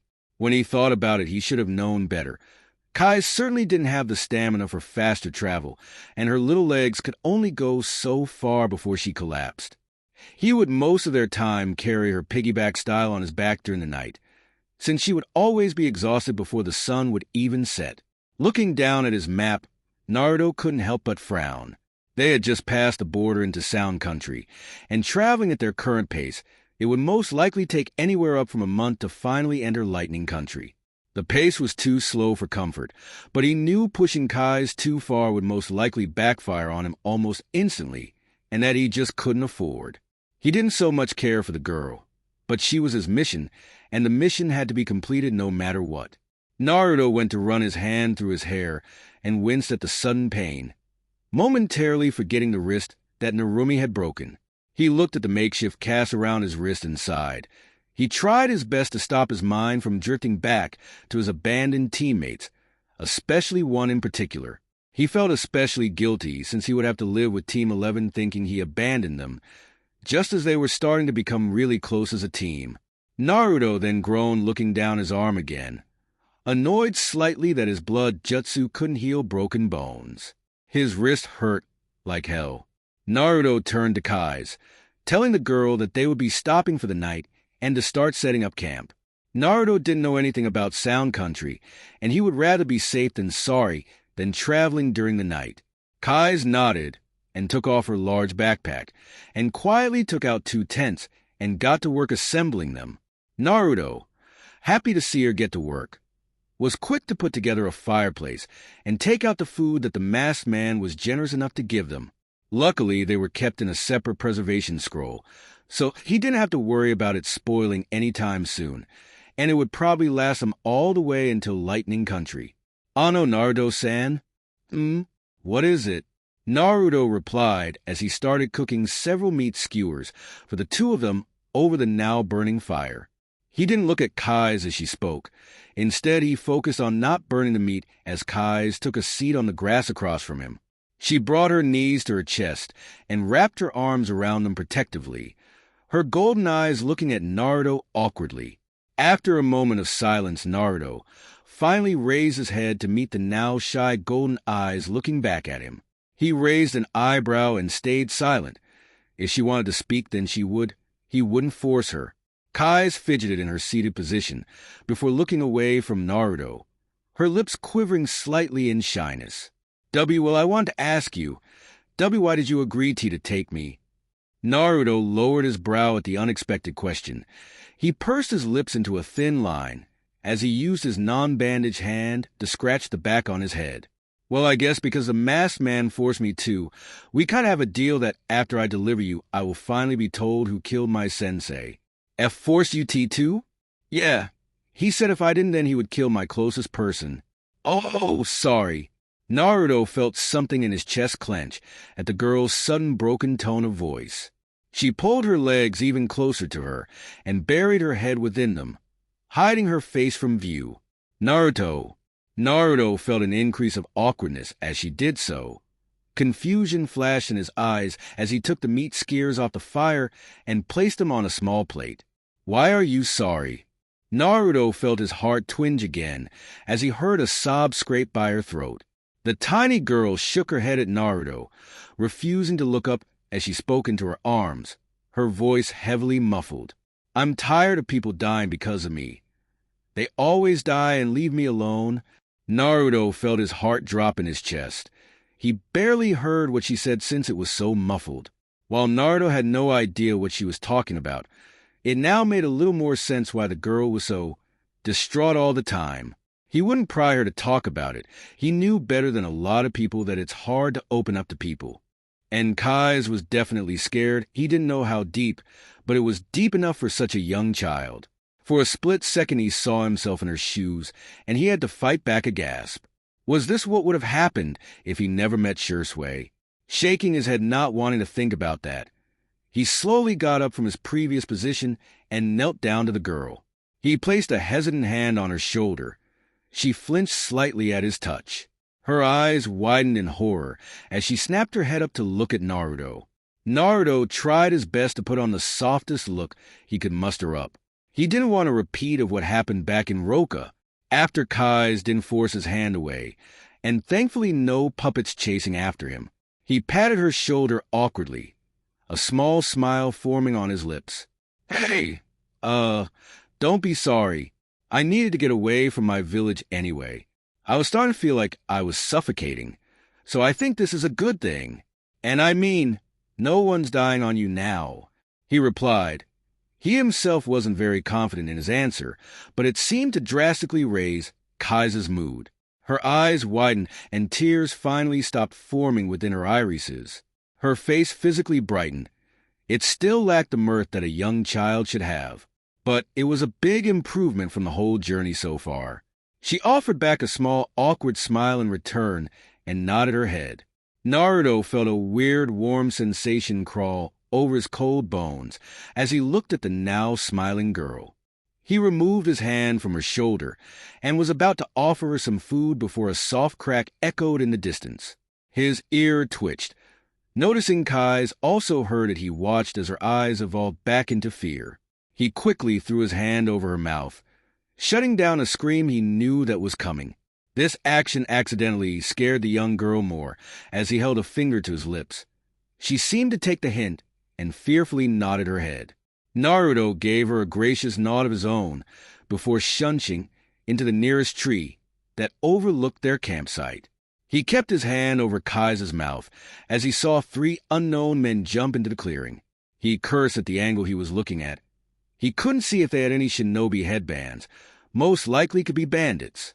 He frowned slightly as they mumbled to each other.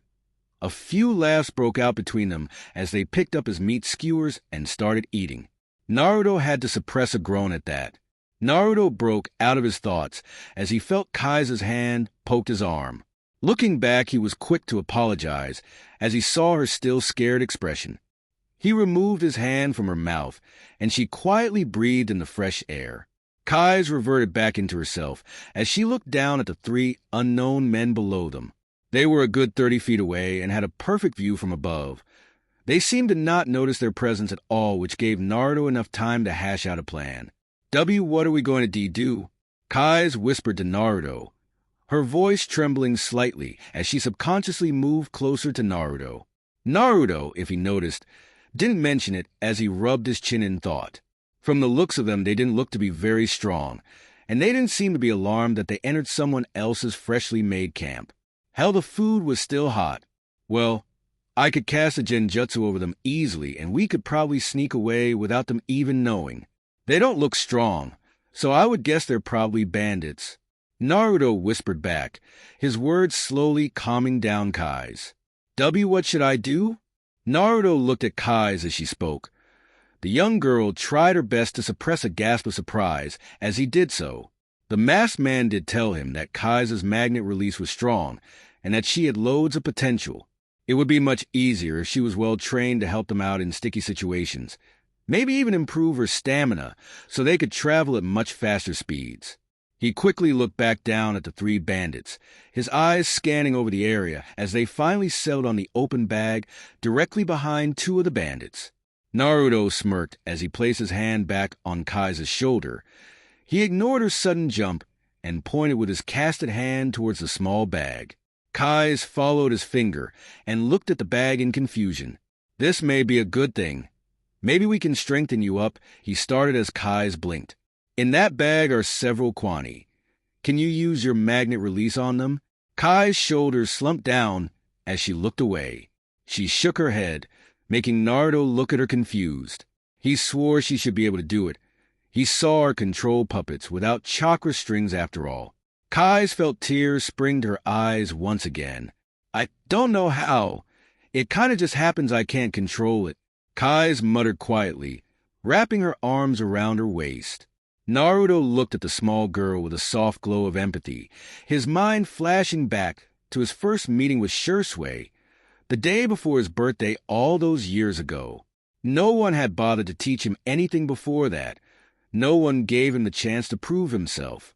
The parallels between the 2 of them was starting to show more to the young blonde. Naruto wondered again if this is what would have happened to him if he never met Shursui. Naruto's head flashed uncomfortable after those thoughts. Shaking away the negative thoughts, he slightly tapped Kai's shoulder.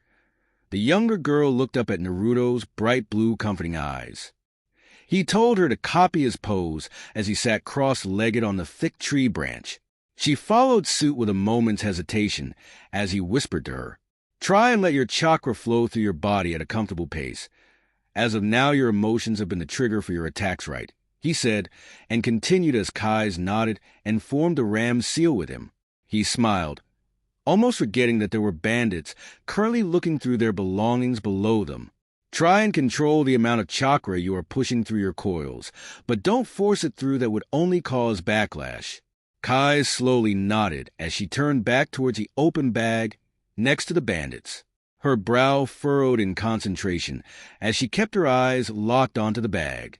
She felt her chakra start to pulsate within her body and was scared that it might cause the backlash that Naruto was talking about. Naruto noticed her sudden change and softly whispered that she was doing a good job and to keep at it. Naruto's words seemed to help Kai's as she let out a calming breath, letting her chakra flow to her hands at a calming pace. This was different than when she used the puppets to attack, or even on that fateful day. She winced at the thought, losing her concentration for a moment. Kai's was thankful for Naruto's encouraging words as it kept her going for a moment longer. With one last chakra pulse, Naruto watched in awe as the kunai stored in her bag tore through the material and sent themselves soaring towards the three bandits. Naruto watched as the men below screamed in pain, as dozens upon dozens of kunai ripped her bag clean open and embedded themselves in the poor bandits' bodice. Naruto felt a shudder down his spine as he looked back at Kai's in shock and amazement. That masked man was right. This girl was incredibly dangerous. Naruto felt a tinge of pride well up inside of him. He didn't know if she would get what he was saying about her chakra, but she was glad to see that she soaked it up like a sponge. Kai's looked at the scene below them, and her eyes went wide with amazement. Her golden orb sparkled serenely as she looked at Naruto with the biggest smile he had ever seen. The smile was definitely contagious, as Naruto himself felt one form on his lips. "I did it. I controlled them myself." Kai's yelled happily as she bounded up and down in place. Her happy laughter echoed throughout the dark forest, and Naruto shared her laughter with her. His eyes watched her as she channeled more chakra into her body. Slowly but surely the kunai flew back and forth, flying from tree to tree as she giggled relentlessly. Naruto marveled at the drastic change of her attitude. The feeling in his gut became more pure as she looked back at him with such happiness in her eyes, despite the fact that she had just killed 3 people. Naruto reached out and rubbed her hair. Kai's didn't flinch this time as she just beamed at Naruto, a tinge of pink staining her cheeks from the excitement. And at this moment, Naruto truly realized what Shursui must have felt the first time they met all those years ago. The sudden awkwardness from their trip evaporated completely from the two of them, and a new bond was forming, one they both were unprepared for. This isn't so bad. Narumi fought back a sigh as she closed the door to her and Kurenai's shared room. It was hard to even look the Jounin in the eyes as she delivered the news to her. Narumi wasn't prepared for Kurenai to be so shaken up and distraught about Naruto. Even through the door, she could hear the faint stangled sobs echoing in the room behind her. Their relationship was far more developed than Narumi had originally thought possible. It was sort of a wake-up call for Narumi. Even though her eyes glowed with unconditional sorrow for her traitorous brother, she was glad that he had someone so close to him, filling in the void his family failed to give him. Leaning her head against the wall, she closed her eyes and thought, wincing in pain as her bandaged arm scraped uncomfortable against the wall behind her. Being alone with her thoughts for the past week had given Narumi enough time to digest what exactly happened during her fight with her blonde brother.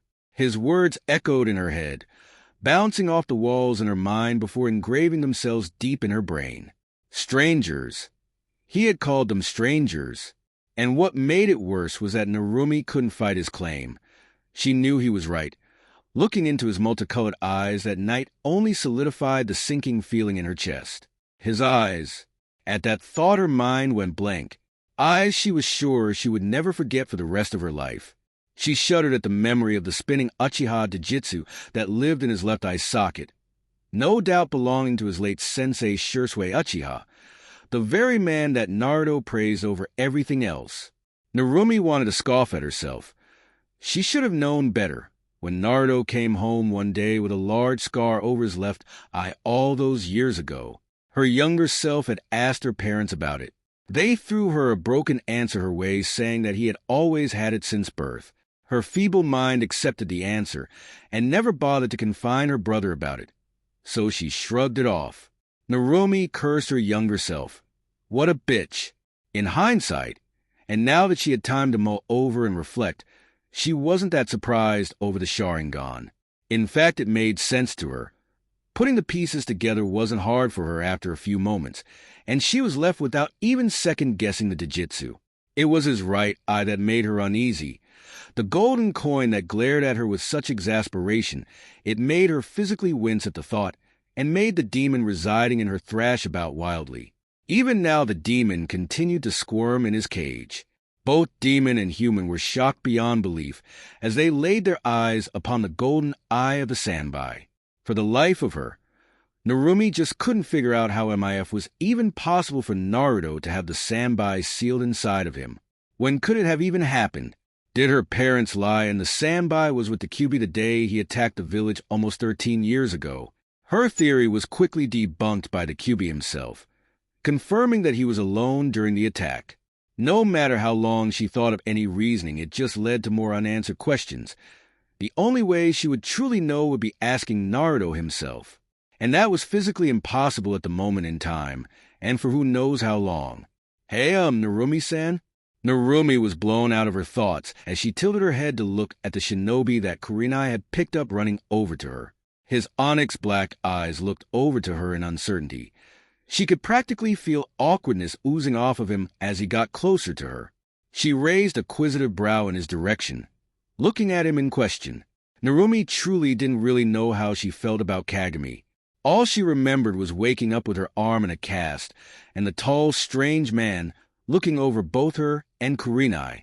He spoke with such familiarity towards Kurenai it threw her for a loop, calling her sensei and doing anything in his power to make sure they were healing. At first she was on edge of the mysterious man, and if she was being honest, she could tell right away that he wasn't as strong as he looked. She could have killed him and even buried his body before he had even known she moved. But after he begrudgingly told her about his rare condition that he could only use genjutsu, he eased up on him. Apparently Kurenai had agreed to take Kagami back to Konoha if he came clean and revealed everything that he knew about the kidnapping operation. Narumi couldn't fault Kurenai on her decision after a moment of thought. If she was a master of certain ninja art, and she seemingly met someone with a massive amount of potential, she would have taken them in too. What is it, Kagami-san? Narumi said, her brow furrowing in confusion as he fidgeted in place. Question shined in her blue eyes as she pushed herself off the wall, looking upwards to meet his eyes. I think it's best if you just follow me. Narumi slowly nodded her head as she quickly followed after the retreating back of the tall man. Now Narumi was burning with curiosity the closer she and Kagami got to the hotel lobby.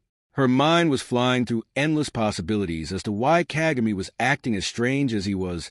He was tense, borderline uncomfortable, as he dragged his feet across the smooth hotel floor. Narumi offered Bast in the heated room and offered a strained smile and a small incline of her head to the hotel employee behind the desk, quickly recognizing her as the same lady that had given them their rooms over a month ago. Yuta, if her memory serves her right. The lady ignored her smile, staring blank back at her. Narumi was certain there was an annoyed flash in her eyes as she looked at her and scoffed silently. Guess she isn't over the hallway brawl. Narumi had the audacity to look sheepish as she forced her head to turn away, feeling somewhat uncomfortable about the situation, shaking her head to rid her thoughts. Narumi watched as Kagami grabbed the door handle. He seemed to hesitate for a moment and looked back at Narumi. The redhead tilted her head in confusion again. He was just acting so strange. Then, without warning, Kagami pushed the door open. Narumi had to squint slightly at the sudden soft glow of the moon as it shined down on them. She let her eyes adjust before walking outside right behind Kagami. The second she took a step outside, she felt her entire body freeze up. Not because of the freezing temperature, but because of the painfully recognizable chakra signatures she just picked up on. Narumi's heart threatened to stop beating as she tried her best to avert her gaze at the three flushed faces looking at her. Their cheeks looked like they were permanently stained pink as they breathed heavily. They looked like they had decided to run across the ocean to get here instead of taking the boat. She was lost in her own thoughts and didn't even hear Kagami whisper that they were here. "Narumi, can you please explain why this man is refusing us access to see Kuchan and Naruto-kun?" Narumi recoiled at Anko's harsh words. They felt like they had burned her skin and sizzled uncomfortably. On either side of Anko were the two remaining members of Team 11. They both looked more flushed than their sensei and were looking at her with such expectant looks that she was beginning to wish she stayed in bed for the day. Anko scowled in annoyance as she watched Narumi force her eyes away from her. Anko barely registered the cast over the girl's arm and stepped closer to the redhead, glaring daggers at Narumi. Even in her pissed-off state, Anko internally patted herself on the back for not just killing the man who had refused her access to her best friend and student. She didn't know she had that kind of self-control in her. Narumi had to bite back a sigh. She was secretly hoping that Kurenai would have to be the one to break the news to Team 11.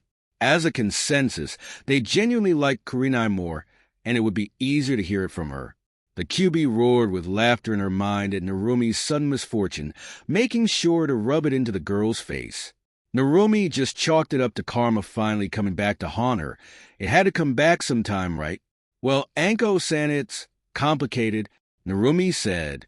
Anko scowled at her words, her two students following her actions subconsciously. Shizuka's eyes darkened considerably, her glare intensifying by the second, wishing her look would burn the Namikes alive in order to keep her warm in this freezing weather. "Just hurry up and fucking let us see him." Narumi closed her eyes again. She could feel Kagami's concerned expression on her side, but it did nothing to calm the six eyes looking at her with unadulterated annoyance.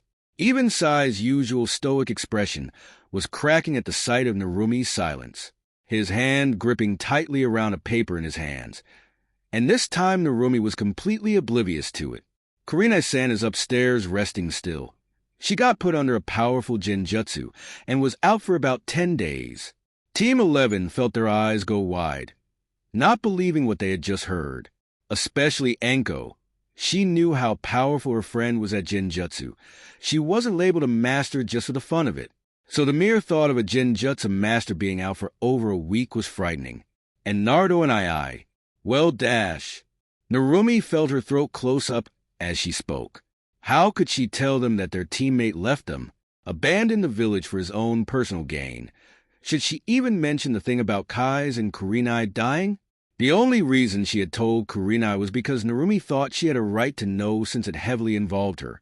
And Narumi knew that the two of them were the closest out of anyone. So it made sense to Narumi to tell Kurenai everything.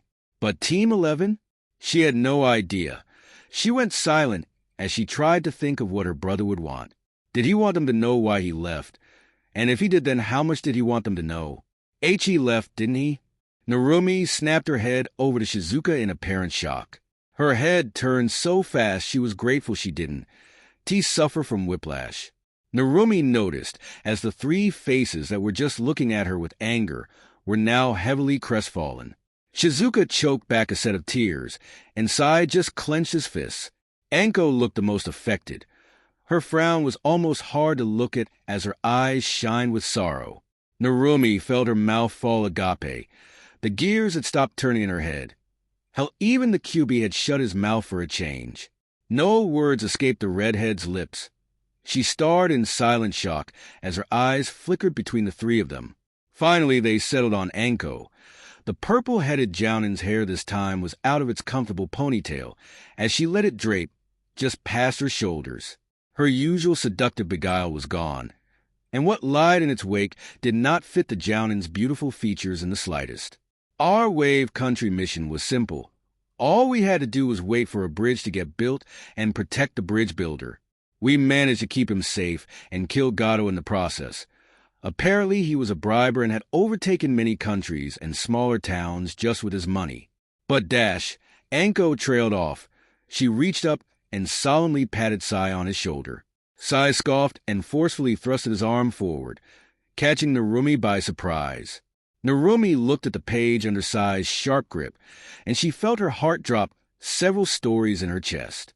With a shaky hand, she softly pried the page from Sai's cold fingers as Anko continued. "But we found this in his office, just laying there like it was waiting for us."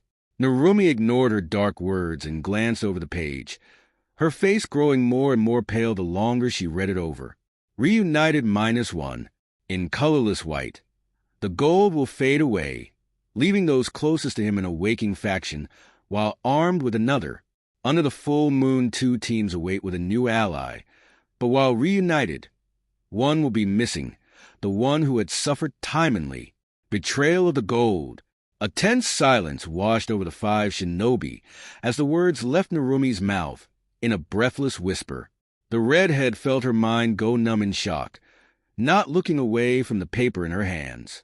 It seemed almost surreal, like this was just one whole big prank that was being played on them all.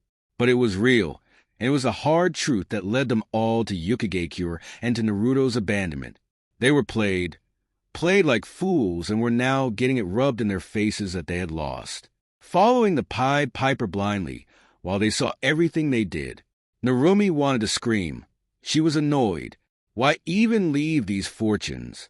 Was it purely just to mess with them? If that was the case, then it had worked.